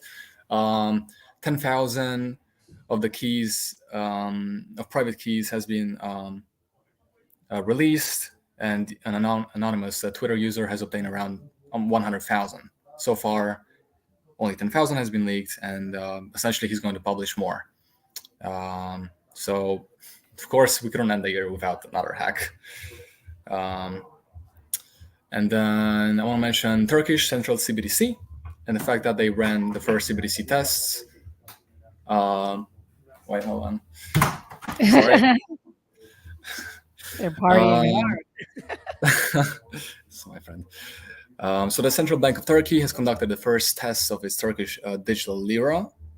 And in the beginning of the year, it didn't really seem like CBDC was coming this soon, but CBDC is coming sooner than you might think. You know, they project in 2028, 2026. But look at Turkey. In the first quarter of 2023, this Central Bank of Turkey will continue small-scale closed-loop application pilot tests conducted with technological stakeholders. The test results will be made public. And in 2023, the Turkish digital lira will move to advanced stages where the central bank will conduct pilot tests with broad participation, including banks and financial technology companies. So, making moves. Yeah, expect CBDC coming in 2023. And I'll make a point to this actually in a bit. Then I want to talk, we know about this. We know that Bitcoin mining that 2 Bitcoin mining pools command more than 53% of Bitcoin's total hash rate.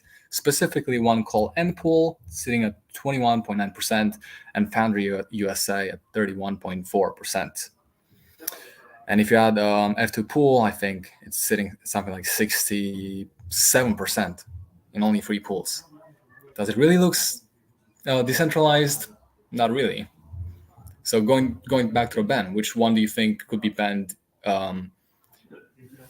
easier, Monero or Bitcoin? Something to think about. And then I want to mention Italy. If you wanted to move to Portugal, if you wanted to move to Italy because they had no capital gains tax on crypto, you might think again, because they just approved the 26% capital gains tax on crypto. The tax in the works since earlier this year will be levied on profits in excess of 2,000 euro. And then lastly, I want to mention that Lark Davis actually released a video on Monero. He explained it in under 60 seconds, and he has 1 million followers. So definitely a huge reach. And it's interesting how he uploaded it like 2 days before the new year. So it's a good way to start. And what I do want to mention is there's so many things that happened this year, including the war, and within crypto, everybody's probably demoralized. I'm not sure how 2023 is going to be. I just hope that everybody's going to be, that all of us are going to be stronger. I don't think it's necessarily going to be a better year.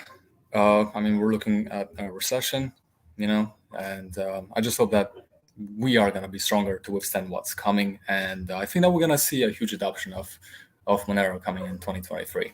So, sorry, right, guys. That was great, just Tony. run through it really quick. Yeah, appreciate that. But yeah, go ahead. Awesome, man. Yeah, we got Stoic that jumped up. We could talk about some of these topics, I guess. So I think some of the bigger ones that regulation. Yes. CBDCs. That's big. ArticMine, man. What do you think? Potential banning of crypto in the US or in the West. You think it's getting more serious, or it's just a bunch of I don't know, hogwash? People aren't serious. A bit of both. I think a ban of crypto could produce a significant legal backlash, particularly in a place like the United States or the European Union. I think there's that's what I see happening. So yeah, there could be an attempt on it, but it also could be significant. It's going to end up in the courts if that's attempted. At a constitutional level in the United States, and I also suspect a similar situation in the EU. But it's a lot of a repeat of what we saw in the 90s with encryption. It's the same sort of thing. Do you think this year we see things really heat up in that regard? I'm not sure. It could happen in one way or the other. The whole FTX thing is being played by certain elements as let's ban crypto. Elizabeth Warren bill is a good example of this kind of stuff. But it's also exposed a major failure in the centralized financial institution system, because basically the failure of FTX was essentially a failure of a centralized institution, not a failure of crypto. So it's a pretty thin argument to try to ban crypto on the basis of FTX. In fact, I actually expect more blood in the centralized exchanges side. I wouldn't be surprised if something else goes under. Mm-hmm. But my thing about it is we're gonna have to go back to the fundamentals, and the fundamentals are Monero's an incredibly strong fundamental, and that's what we're gonna have to come back to. So yeah, I'm very bullish on Monero. I'm fairly bearish on Bitcoin and pretty well most of the cryptos. Wow. So that's where I see the situation. I see because fundamentally most cryptos don't work for what they claim to do, and eventually reality is going to come out. It's going to catch up with hype, and that's going to have to rebalance itself in the marketplace. And that's when it happens. It's not going to be pretty. I can tell you right now. But maybe this is the year. Maybe this is the year. But it could happen. The market could stay irrational longer. What's the expression? It's a highly irrational Longer market. than you could stay solvent, right? Like well, it depends on what you're in. It takes for the market, the crypto market, to become rational. If you are not leveraged, if you're sitting in an asset, you don't have debt, and you hold an asset with strong fundamentals, you can sit and wait. Mm-hmm. And when it blows, and then you make money. It's simple. I mean, it's not complicated. It's as simple as that. I mean, it's that simple. I mean, you just sit back, do nothing, get on with your life, right, and wait for things to blow. And when it blows, then you come and harvest. Yeah, exactly. I mean, what else can you do? And people could be. I mean, I remember in 2012. This fellow, Pirate at 40, Trent Van Chevers, decided to short Bitcoin to the tune of 500,000 Bitcoins. Oh, my God. Oh, my God. Yeah. So what's the antidote to that? Well, you buy your Bitcoins, you take delivery, you sit and wait for it to blow up. That's it. Shorted 500,000 Bitcoins. 500,000. That's insane. Stoic, what's going on, man? Hey, guys. Happy New Year. How are you? Happy New Year. Happy New Year. Good to see you. You too, Tony. It's been a while. Hey, Stoic. I do want to mention the Monero standard is coming. The podcast is coming along. This is crazy because we talked about this book in, I think, April or May, and I don't think you even started. And we were thinking about, we need a book. And then you're like, all right, I'm on the first page. And now it's crazy. Yeah, you do need to send me the book. I need to read it. Yeah, I haven't finished it yet, obviously. I'm still proofreading it. Probably about 25% of the way through proofreading. But it's one of those things, like it's probably expected in the next, I don't know, I'm just saying like a month for just to throw a date out there because it's kind of likely time. But yeah, the most important thing is just making sure the book's good. That's nothing could be more important to me than that. Yeah. Don't rush it. Of course. But what I do want to mention, I think it's important that we have we have a lot more resources for Monero, for people to find Monero, and which helps a lot the beginners, and people are and especially like Stoic's book. I mean, a beginner can pick it up and just read it and learn about Monero. So it's really good to see that, and it's just in a way it's kind of sad that we have this whole space of crypto, and sorry. Go party. Tony's at his New Year's Eve party. I know, and he's hanging out with us. Like, I feel bad. No, because you only got like how many hours left? Like 4, so I'm okay. Well, because the girls are putting makeup and so I'm okay. I'm hanging out with the Monero people. But what I do want to mention is that it's kind of sad that we created this thing, crypto, which is supposed to revolutionize the entire economy, and it's kind of sad that we took it in towards centralized exchanges, towards all these pointless 20,000 cryptos that we have. I mean, there's more than that, and just diluting money into those things, and people are trying to make money and get out of them. It's really not the purpose of crypto. If people were really honest about what they wanted for crypto, they would just focus on Monero and things like this, and we would have been, way and beyond where we are today. But people just need a harsh wake up in order to go away from Shiba Inu and come to Monero, unfortunately. But I do think that 2023 is gonna be very interesting with the war and then recession and CBDCs and everything. And I do hope that in Canada, CoinCard is finally gonna have Monero over Bitcoin, and that's gonna be a huge thing for adoption in Monero. And overall, I think we're gonna have way more adoption in Monero. At least I hope. Stoic, what do you think 2023? What do you think some of the big themes are going to be? Yeah, I think an important thing to take away is, I mean, what we're seeing in the world right now is more of a process, not an event. So I think what we're going to see is just a continuation towards that. So I don't think we're going to see every country adopt CBDC social credit scores, but we are going to see more countries adopt CBDC social credit scores, start to move toward the digital ID system. We're also going to continue to see the fiat Ponzi, whether you want to call it collapsing or however you want to frame it. I think, again, it's more of a process, not an event. So I think we're just going to continue along the road to a Monero standard, as is foreseen in the prophecy of the Monero standard. Getting closer and closer. Exactly.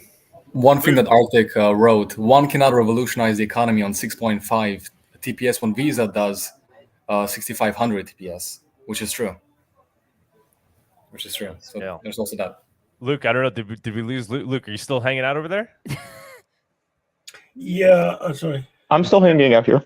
Okay. Luke, what do you think, man? I mean, so obviously FTX was the story of the year in the broader crypto community, in the mainstream. It's what everybody's view of crypto is, right? Do you think 2023 becomes a year that decentralized exchanges become something that's more mainstream? I mean, I talk to normies; they don't even know that decentralized exchanges exist as a concept, let alone already exist as something that people can use. I think we saw decentralized exchanges prove their value, I mean, all the way back in 2020 with Uniswap. And now the discussion is simply cross-chain decentralized exchanges. And I think that there are multiple projects aiming to handle that. Because while BISC has existed for years, and I'm not here to demean BISC, there is the acknowledgement BISC has its UX issues. And I think with more modern technologies, we have much better UX solutions. And I think SERAI is one example of that, and I know of a couple of others on the way. And then, of course, there has been one in the space for a while. So I think after the FTX collapse, while regulators will try to blame cryptocurrency, despite it being a clear-cut case of corporate fraud that decentralized systems would have done a lot for, I think those in crypto will more and more shy away from centralized exchanges. And I think launching and continuing to exhibit decentralized exchanges which don't and cannot have these issues will become more and more important. So I think while it's unfortunately sets back the industry as a whole in the trust perspective with regulators and the public, despite this literally just being corporate fraud, which could happen anywhere to anyone, and us being the ones building solutions that wouldn't have allowed it, I think the people in crypto will far more appreciate them so long as we can give them the proper options. Beautiful. Yeah. I think as regulators start to look at this and have these discussions, hopefully maybe these narratives will start to come out in the discussions, this idea of decentralized exchanges, and maybe that will start to become part of the mainstream discussion, because you're really not hearing it being talked about at all. You're hearing crypto bad. We got to create regulations. You're not hearing any of the nuance of what the technology actually does, but maybe as they discuss, we'll start to hear these things. Tony, any other topics you want to, news stories you think we should get people's opinion on? What were some of the other big ones? Obviously CBDCs we kind of mentioned, regulation. Yes, I want to mention two things. First of all, the Turkish lira is actually going to be strongly tied to your identity, so that's going to be a part of it, of course. And what I was thinking as you guys were talking is, I just can't wait for the time when they're going to ban whatever that means, crypto, and then Monero is going to continue, and they're just going to look at it and see it thrive even more, probably. I'm curious of what's going to happen after. So I guess my question is, what do you guys think about the ban on crypto, and will it affect Monero? What's going to happen? It's related to the first stuff. Yeah, well, I mean, that's what we're saying. We're saying, is it even likely that there will be a ban, in the US, or is it there's going to be talk of it? I think there's just going to be a lot of talk, but ultimately I don't think we're going to see a bill that gets passed where they effectively ban crypto or some version of crypto, privacy coins. I personally don't think we will get that far, although I do think it will get discussed at a high at a high level. It'll be talked about. But I don't think there'll be the political will. But I could be wrong. There could be another black swan event. So FTX, I think, is, like we said, is only going to get them so far, because really it doesn't even make sense, right? Like Luke was saying, I mean, this is about somebody who committed fraud using a centralized exchange. It has nothing to do with crypto itself and the risks of crypto itself. So I just don't see that holding enough or creating enough political will where you have people saying we need to now ban this technology. If anything, I think there'd be a backlash there, and it'd be an opportunity for the mainstream community to learn more about this technology as they start to hear people saying we need to ban it, and Streisand effect. That's where I see it going. But maybe there will unfortunately be some other black swan event that governments grab onto and saying this was because crypto whatever is bad and we need to regulate, and that's nobody can really predict. One thing that I want to mention before ArticMine or Stoic or Luke gives us their opinion, because the article that mentioned the ban on crypto, that the US is trying to ban crypto, it got published on December 30th. What were they talking about at the Christmas dinner? Like they have nothing better to talk about than crypto and how to ban it. I think the most important thing is for us to continue to do our job, which is talk about, put the truth out there, talk about these technologies for what they actually are. And it really is an information war at the end of the day. The vast majority of people really don't understand crypto and its purpose, and those that do don't really understand why it's important, why a decentralized technology, decentralized money, digital cash is vital to an open and free society. They're just not really taking the time to understand why that's important. So we just need to continue to do what we're doing and hopefully get it out beyond just the Monero community.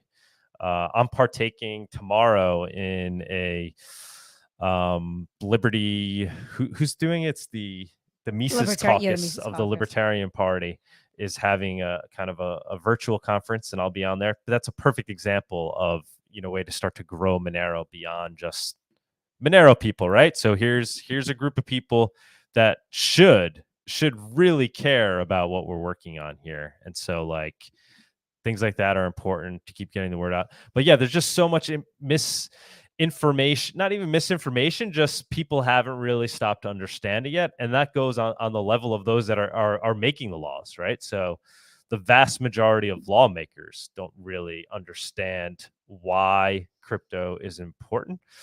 And unfortunately, the vast majority of them don't really care. They're just politicians and they're just going along with whatever they need to go along with.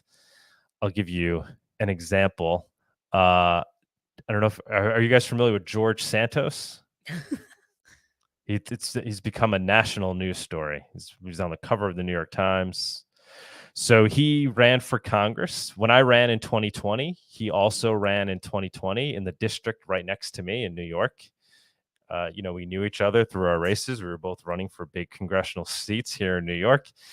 2020, I didn't win. He didn't win either. It's both those districts are primarily Democratic districts. We ran as Republicans out on Long Island. George Santos continued to run after 2020, after the loss. I was like, I'm not running. He continued to run, and he caught the red wave, and he won. But the thing about George Santos is he completely fabricated his entire resume.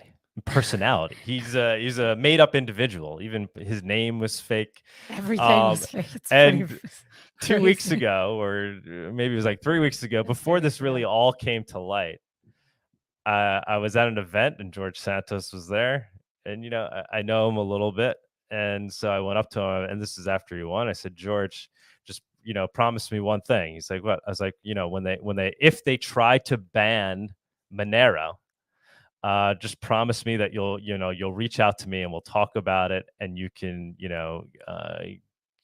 be on the floor of Congress and properly respond and to talk about it, whatever.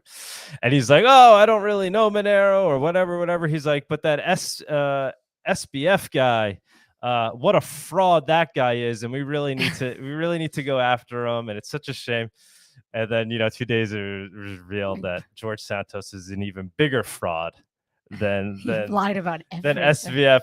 But my point is, I don't know if George Santos is the only fraud among these politicians in Congress. I think he was the maybe more obvious. But I hate to say it, I think it's kind of the personality type of a lot of these people that get involved in this. So it's just putting that out there as a larger story and something to realize, and that this is what we're really dealing with. And so who knows in what direction these things can go, because the people that are ultimately pulling the strings and making the rules, it's whether or not the interests align with them, and that's really what's deciding our future. So just throwing that out there as an anecdote, as a story to be cognizant of. These things are very unpredictable, and the people that are making the rules aren't really necessarily driven by ideals. They're driven by their own personal incentive to better themselves and become rich and powerful. And so Bitcoin has done a good job of, I think, aligning with those incentives, but it's also why it's become, in my opinion, somewhat co-opted. I think the number go up aspects of it have been a good meme and have gotten people interested in it, and to the point where you even have a lot of these lawmakers now invested in it. So when, for us to transition to the point where the lawmakers start really talking about the ideals as to why free speech money matters, I don't know, man. I don't know how many true patriots and idealists are out there in government that are making these rules. Arctic, what do you think? Well, my point is, I think we're going to get some credit to the politicians here, and I mean, I'm going to be a bit of a devil's advocate here. The problem is what have we presented as a community when you take the whole crypto industry? Monero is like what, less than 1%? That actually works as a peer-to-peer decentralized currency that can be used to disintermediate banks, etc., etc., etc. And the rest of the stuff doesn't do this. So what they're seeing is this massive amount of money flowing around. It's not doing payments, and that's a legitimate criticism. It's a very legitimate criticism. It cannot do payments. It's impossible to do payments, which has been my biggest pet peeve with Bitcoin all along. So we go around and say, we've got all these ideals about decentralized money, and we disintermediate the banks. And I say, this is all great. We've got to roll up your sleeves and make sure the thing works. And honestly, with the exception of Monero, none of them do. Mm-hmm. So what we're dealing with is a lie also on the cryptocurrency side. Mm-hmm. And that we're talking about how we're going to disintermediate and how blockchain is going to do these things. But when you get down to the nitty-gritty, all you end up doing is replacing one form of bank with a different form of bank. Right. So you're putting Bitcoin in a bank and then having it get stolen by a fraudulent. So you haven't solved the problem that it was designed to solve. Mm-hmm. And then we turn around, and that I think it's a serious challenge, because if all the politicians see is not people who are disadvantaged paying somewhere half around the world with crypto. That's not what they're seeing. What they're seeing is this massive fraud. Mm-hmm. And that's the danger, that we just get forgotten in this sea of Monero, basically, to put it bluntly. Right. We just drown in a sea of Monero. Arctic, what do you say to the Bitcoiners who say that you need to scale in layers, that you need to have some level of centralization to scale? Well, what I say to the Bitcoiners is that doesn't work because your layer one doesn't work. The problem Bitcoin has is it cannot scale due to nothing to do with technology. Yes, you have to layer it, and I agree with that. But the problem is it doesn't work at layer one. It doesn't have the security. It doesn't have the spam control. And that's the fundamental problem. The thing is fundamentally flawed at a design level. It cannot be the decentralized money that people say. I mean, I had this interesting, I think it was at the last Monerotopia with the folks, guys from the Crypto Vigilante. And I said, look, you guys are talking about all this stuff. How are we going to disintermediate the banks? You can't do that if technology doesn't support it. You got to roll up your sleeves and get the thing to work. And the problem is, we've got a lot of hype, but when you get down to something that actually works, it isn't happening. The only one, in my opinion, that actually work and literally can scale over time into working is Monero. And it will take about a decade, in my opinion, for Monero to take on the level 1, will be able to do Visa's transaction rates just on technological change. But the problem with Bitcoin is it doesn't happen with the technologies, it doesn't work, period. So it's not a question about technology catching up, it's that you have fundamental design flaws. And that's the problem.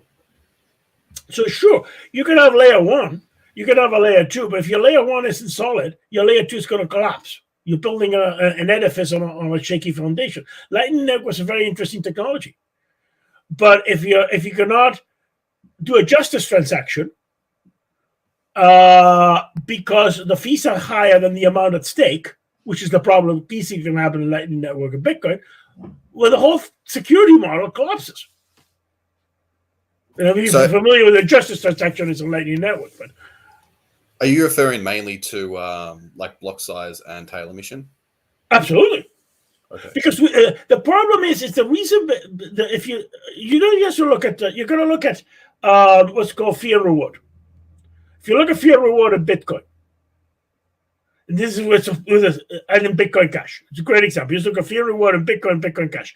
It's been flat and falling. Bitcoin Cash fee and reward is significantly below that of Bitcoin. There's no way you're going to replace block rewards with transaction fees. So you have a fundamental security problem right there. There's no evidence that you can do it. Then when I go ahead and I think I was at either probably the Monerotopia, or was at one of the conferences, I put an equation up discussing spam attacks in Monero. And a very astute member of the audience said, you just demonstrated that Bitcoin doesn't work.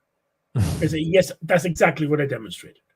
I'm talking about spam, how to prevent spam attacks in Monero. I'm not talking about Bitcoin. But if you want to prevent spam attacks in Monero, you have to do it. You have to leverage the tail emission to do it. So you have a fundamental design flaw. And then we're going to sell this to the politicians. Well, they're going to look at, I mean, in a strange way, I agree with Warren Buffett. I mean, Bitcoin is rat poison squared, he says. Well, I think it's rat poison to the N, where N is about 300, but that's another story. It's dynamic.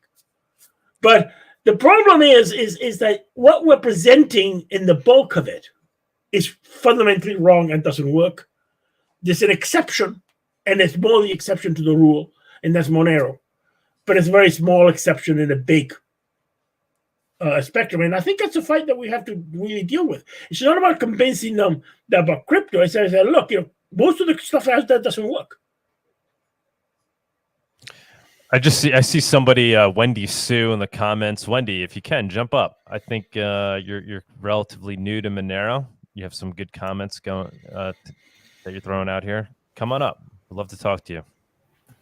Hey, Arctic. Oh, sorry, Arctic. I was going to ask just lastly, do you have anywhere like that I can read a lot of the maths behind all this sort of stuff?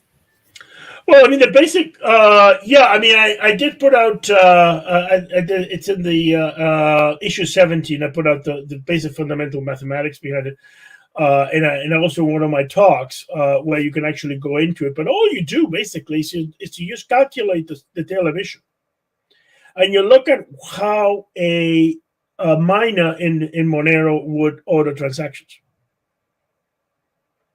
And what happens is the amount of fees they get is proportional to the block reward.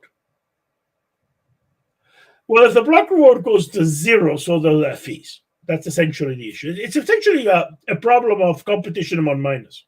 But yes, the math definitely is out there. And one can look at it. But the basic analysis is essentially if you have an infinite supply of space in the block size, that's the extreme case, the miners are going to compete against each other and going to drive the fees to zero. This was known even long before Monero even existed. But the problem is there is denial, a huge denial on both sides. There's denial on the small blockers. I think I could keep the small blocks small, and that's going to solve it. It has been proven empirically that it's not the case.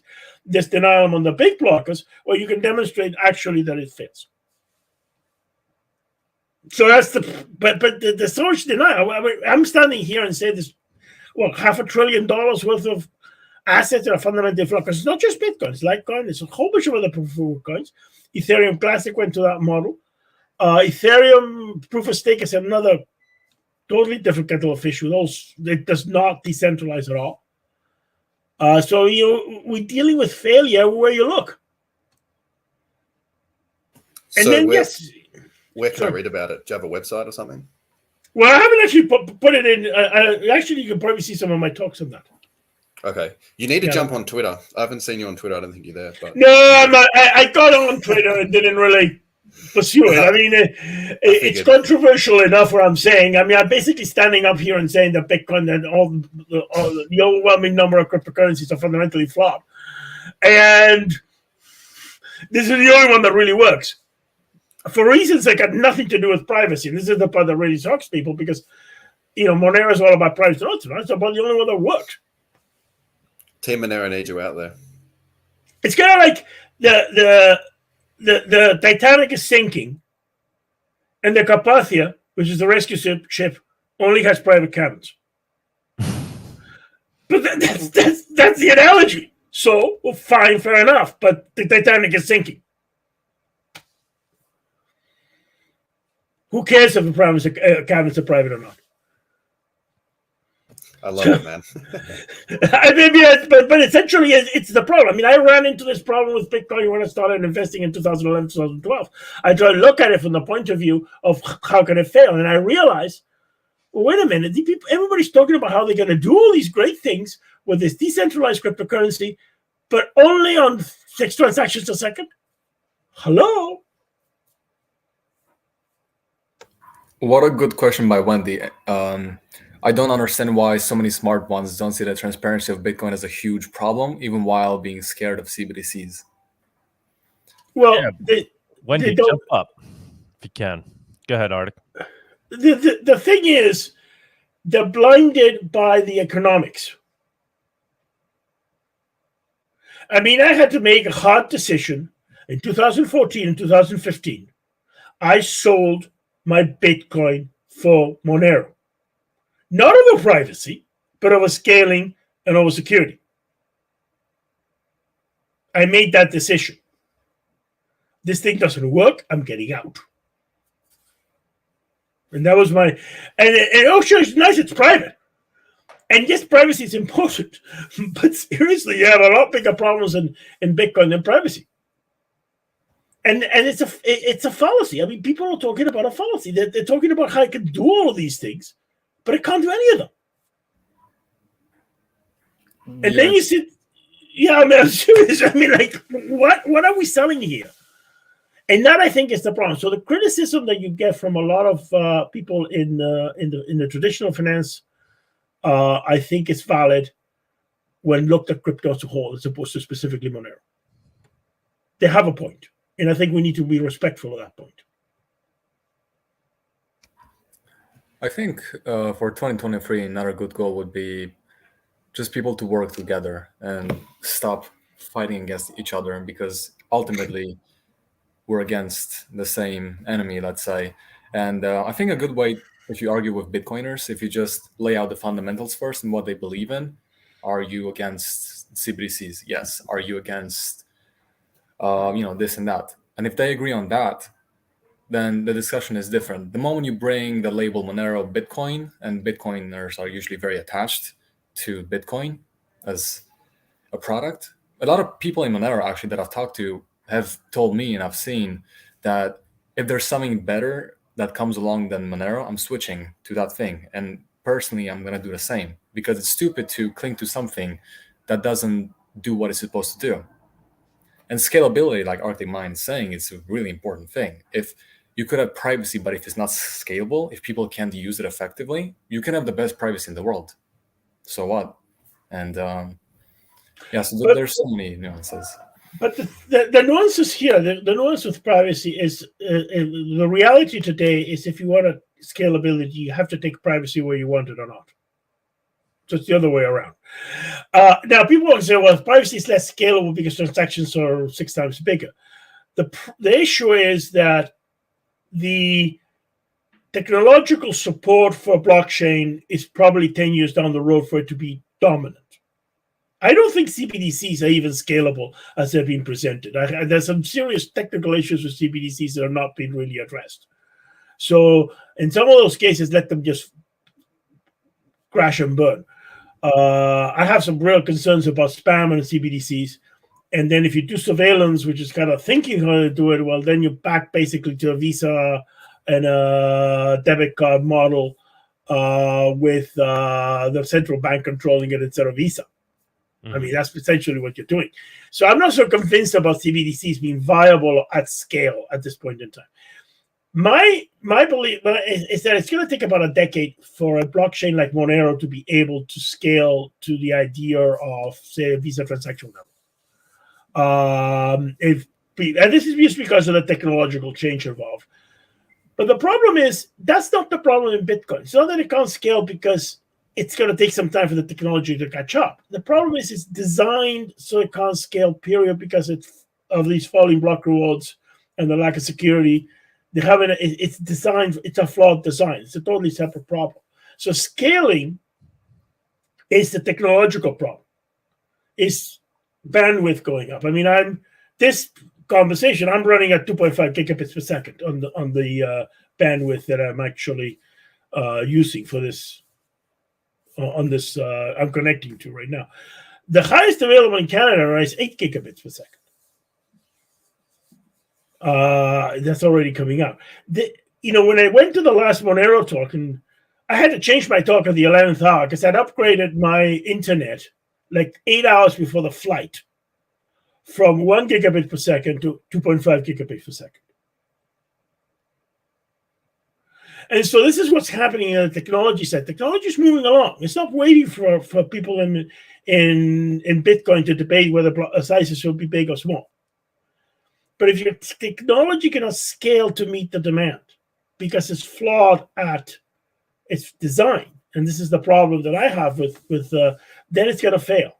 And then you're going to go and try to convince a politician, well, it's not Monero versus Bitcoin. It's Bitcoin is spewing a whole bunch of stuff out there that people can see through it.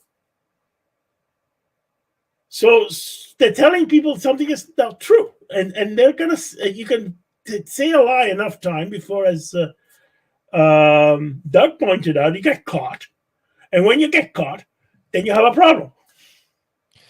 Yeah, I mean the other thing is, in ArticMine, you've talked about this a lot, is the regulations are really being steered by those that benefit most from them being put in place, right? So like these coin analytics companies, these chain analytics companies want more regulation, right? They want to be able to offer the tools to the companies that are required to follow these regs, and one of those tools being these, the chain analysis that they can provide. But again, what you got here is a flawed technology. What they want is a certain type of regulation. They don't want KYC, because KYC actually makes them redundant. This is actually quite surprising. If you wanted to avoid the fraud that occurred in FTX, proper KYC would have done it. Their KYT nonsense hasn't worked because it didn't detect all of these money going to. These are all, FTX did not really trade a lot of Monero. So they were moving all these billions of dollars worth of cryptocurrency, and they weren't detecting any illicit activity at all, even though they were surveilling all these blockchains. Well, all that demonstrates is a complete failure of what they're doing. And I have to call them blockchain surveillance companies, but the problem with it is they sold a bill of goods to the regulators, and in reality, what the regulators were asking for, they were asking for traditional KYC. They were asking for basically the same stuff as in fiat, treated the same way as cash. That's an easy sell point. You can go to a regulator and say, okay, look, this is, you should really be on the safe side. Treat it as if we're fungible. Forget about messing around in the blockchain, and express it the same way you're going to deal with cash. Which, to a large degree, is actually the bipartisan bill that was passed at the end of the Trump administration. in the United States Congress did just that. They basically went ahead and treated everything like cash. That's a way to regulate it. And then, okay, fine, do your KYC on the customer. What these companies have been selling is, but that puts them out of business. What they were selling is, no. We can detect illicit activity by doing surveillance on the blockchain. Well, in the vast majority of cases, you can't. And in fact, FTX is a good example that you can't do it. So they'd be selling a bill of goods. So that's the problem. So that's another issue that Monero has. And a lot of people in the Bitcoin community have played around with this because they see it as a way of getting more lenient regulation. And again, so we kind of are at odds with this. So it's not that I realize it's the divide and conquer argument. It's a very legitimate argument that we shouldn't be doing this, but we can't sit back and let the Bitcoiners tell people things that are false. And then at the same time, push for a lot of Bitcoiners are pushing for this blockchain surveillance because they think that's the way that they can stay ahead of regulation in the short term. So it's a lot more. It's a lot. This is where I think our problem is not as much the regulators themselves. Our problem is the rest of the crypto industry and the crypto community, a lot of which are fighting us tooth and nail. Mm-hmm. Just not just the Bitcoiners themselves, because they're in denial about what's going on, and I know that they're about their own coin. The blockchain surveillance companies, I call them blockchain surveillance, as for chain analytics, because you can do analysis that's legitimate on a blockchain. But when you try to say, I can tell that somebody's a criminal by examining a Bitcoin address and correlations between them with any sense of reliability, then that's blockchain surveillance. That is not just doing chain analysis. You're basically assigning guilt based on very flaky evidence. In fact, one of the arguments for Monero's privacy is to prevent being falsely accused of a crime by a blockchain surveillance company. Because once you spend the Bitcoin, you have no idea where it's going to go. So that taint is going to flow back to you. But that's another issue. So I think we're dealing with a fight that is much more difficult because we have to half the time fight the rest of the community, of the cryptocurrency community. I mean, in a lot of these situations. Yeah, they're incentivized towards wanting more surveillance, essentially, because basically, if you're a blockchain surveillance company, the last thing you want is people doing KYC and not doing surveillance on the blockchain. Mm-hmm. Yeah, they're claiming we can replace KYC with KYT. Know your transaction. That's the message. Well, it doesn't work. With Monero, you can't do KYT. You have to do KYC. And if you actually did that, you don't get the false positives and the false negatives, and you actually will have less money laundering than you have right now. Because you can manipulate blockchain surveillance in order to do money laundering. It's not difficult to do. So I think our challenge is a lot more profound because a lot of people in the Bitcoin community, they're not on our side on this. How much of it do you think is proactive and how much do you think is reactive? Like how much do you think we have to so-called fight against other communities to get the message out there about that versus reactive where they actually learn the lesson the hard way themselves? Well, I think they're learning the lesson the hard way themselves. But the only way the lesson, the Bitcoin community lesson is gonna be learned, I think, is when they see that the object failure. But the politicians tend to be a lot reactive. They react to events, so they pass laws in reaction to events. I mean, you saw this in a lot of situations. You get a crisis of some kind, and then you get draconian laws passed to try to solve that problem after the fact. The politicians are very reactive. This FTX thing, the message here is very clear. This is about the collapse of a massive centralized institution. This has nothing to do with the underlying asset that they were stealing.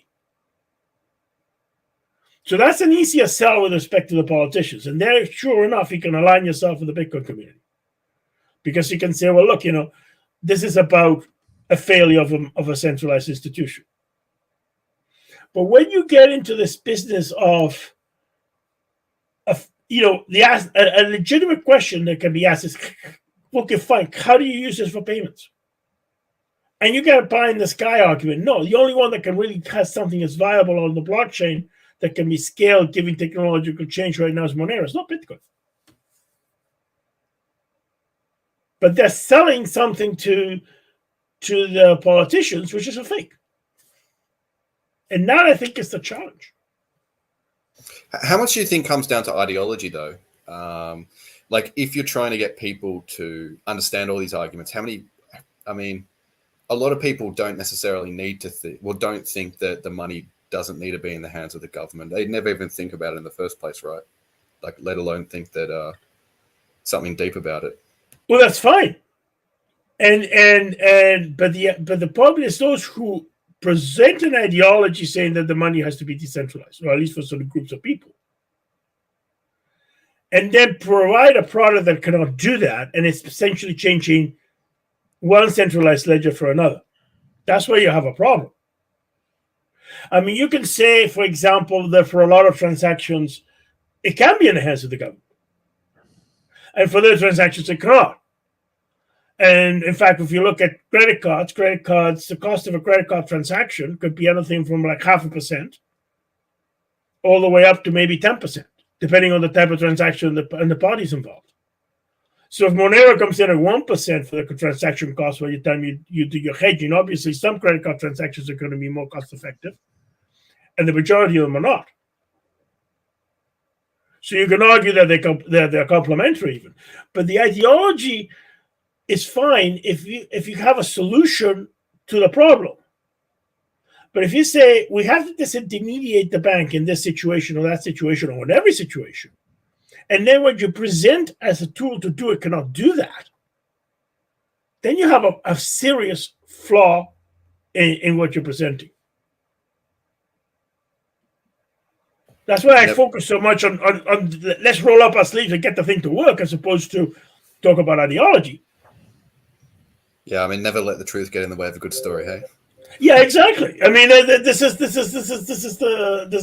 thing. I mean, I remember 2012, Amir Taki, and I mean, I met him in Lisbon, and he was living in a squat in London, and stated that at the time in a Bitcoin talk post, how Bitcoin will help people living in squats. Okay, fine, interesting. Then you do the math. How many people in the world are homeless or experiencing homelessness or living in squats or whatever you want to call it? If they make one transaction every week, how long would it take before they bring the Bitcoin network to its knees? It's like a minuscule fraction would do this. So the math doesn't add up. There's no way something with that smaller transaction rate is going to have any impact on people experiencing homelessness. Guys, just one thing, because my laptop is dying, so whatever. Go. I want to say Happy New Year to everybody, and I hope that we are going to be stronger, because I'm not sure how 2023 is going to be. So if we are strong, if we are healthy, we're going to withstand whatever is coming. So I hope, I wish the best for everybody. It's been a crazy year. We've seen a lot of craziness in the space week by week. And thank you guys for everything. And we'll see you in 2023. Thank you. We'll see you in 2023. Thank you, Tony. Cheers. I have to leave. I have not had breakfast yet. Oh, no. And I'm in the West Coast. It's 11 a.m. So I started to get a bit hungry. So yeah, no. Same here. You. We want to feast over here. We're gonna breakfast too. Actually, we haven't eaten breakfast, but thank you guys for joining. Thank you. Yeah, thank you everybody. Stoic, Tony, Arctic, everybody for hanging into the end over here. Greatly appreciate it. Going to be a big year for 2023. We're super excited. Thanks to the Monero community for all the support we've received this year. You guys are what keep us going. We get little, especially those little DMs you get once in a while, where people are like, thanks for doing what you guys do. It means a lot to us. It really means, the little kind words, honestly. And we love doing it. So to Liberty, to Monero, Liberty, buy our tickets. Buy your tickets. Buy your and tickets. We'll see you in Mexico. Cheers. Happy New Year, everyone. Happy New Year. Cheers. And Happy New Year. everybody. adios. Bye-bye. Adios. Bye, everybody. Bye-bye. Thank you for joining us on this week's Monerotopia episode. We stream live shows every Saturday at 11 a.m. Eastern. You can find and subscribe to our show on YouTube and Odyssey, or listen to the podcast on iTunes, Spotify, or Stitcher. Don't forget to follow us on Twitter or join us in the Monerotopia Telegram group. See you all next week.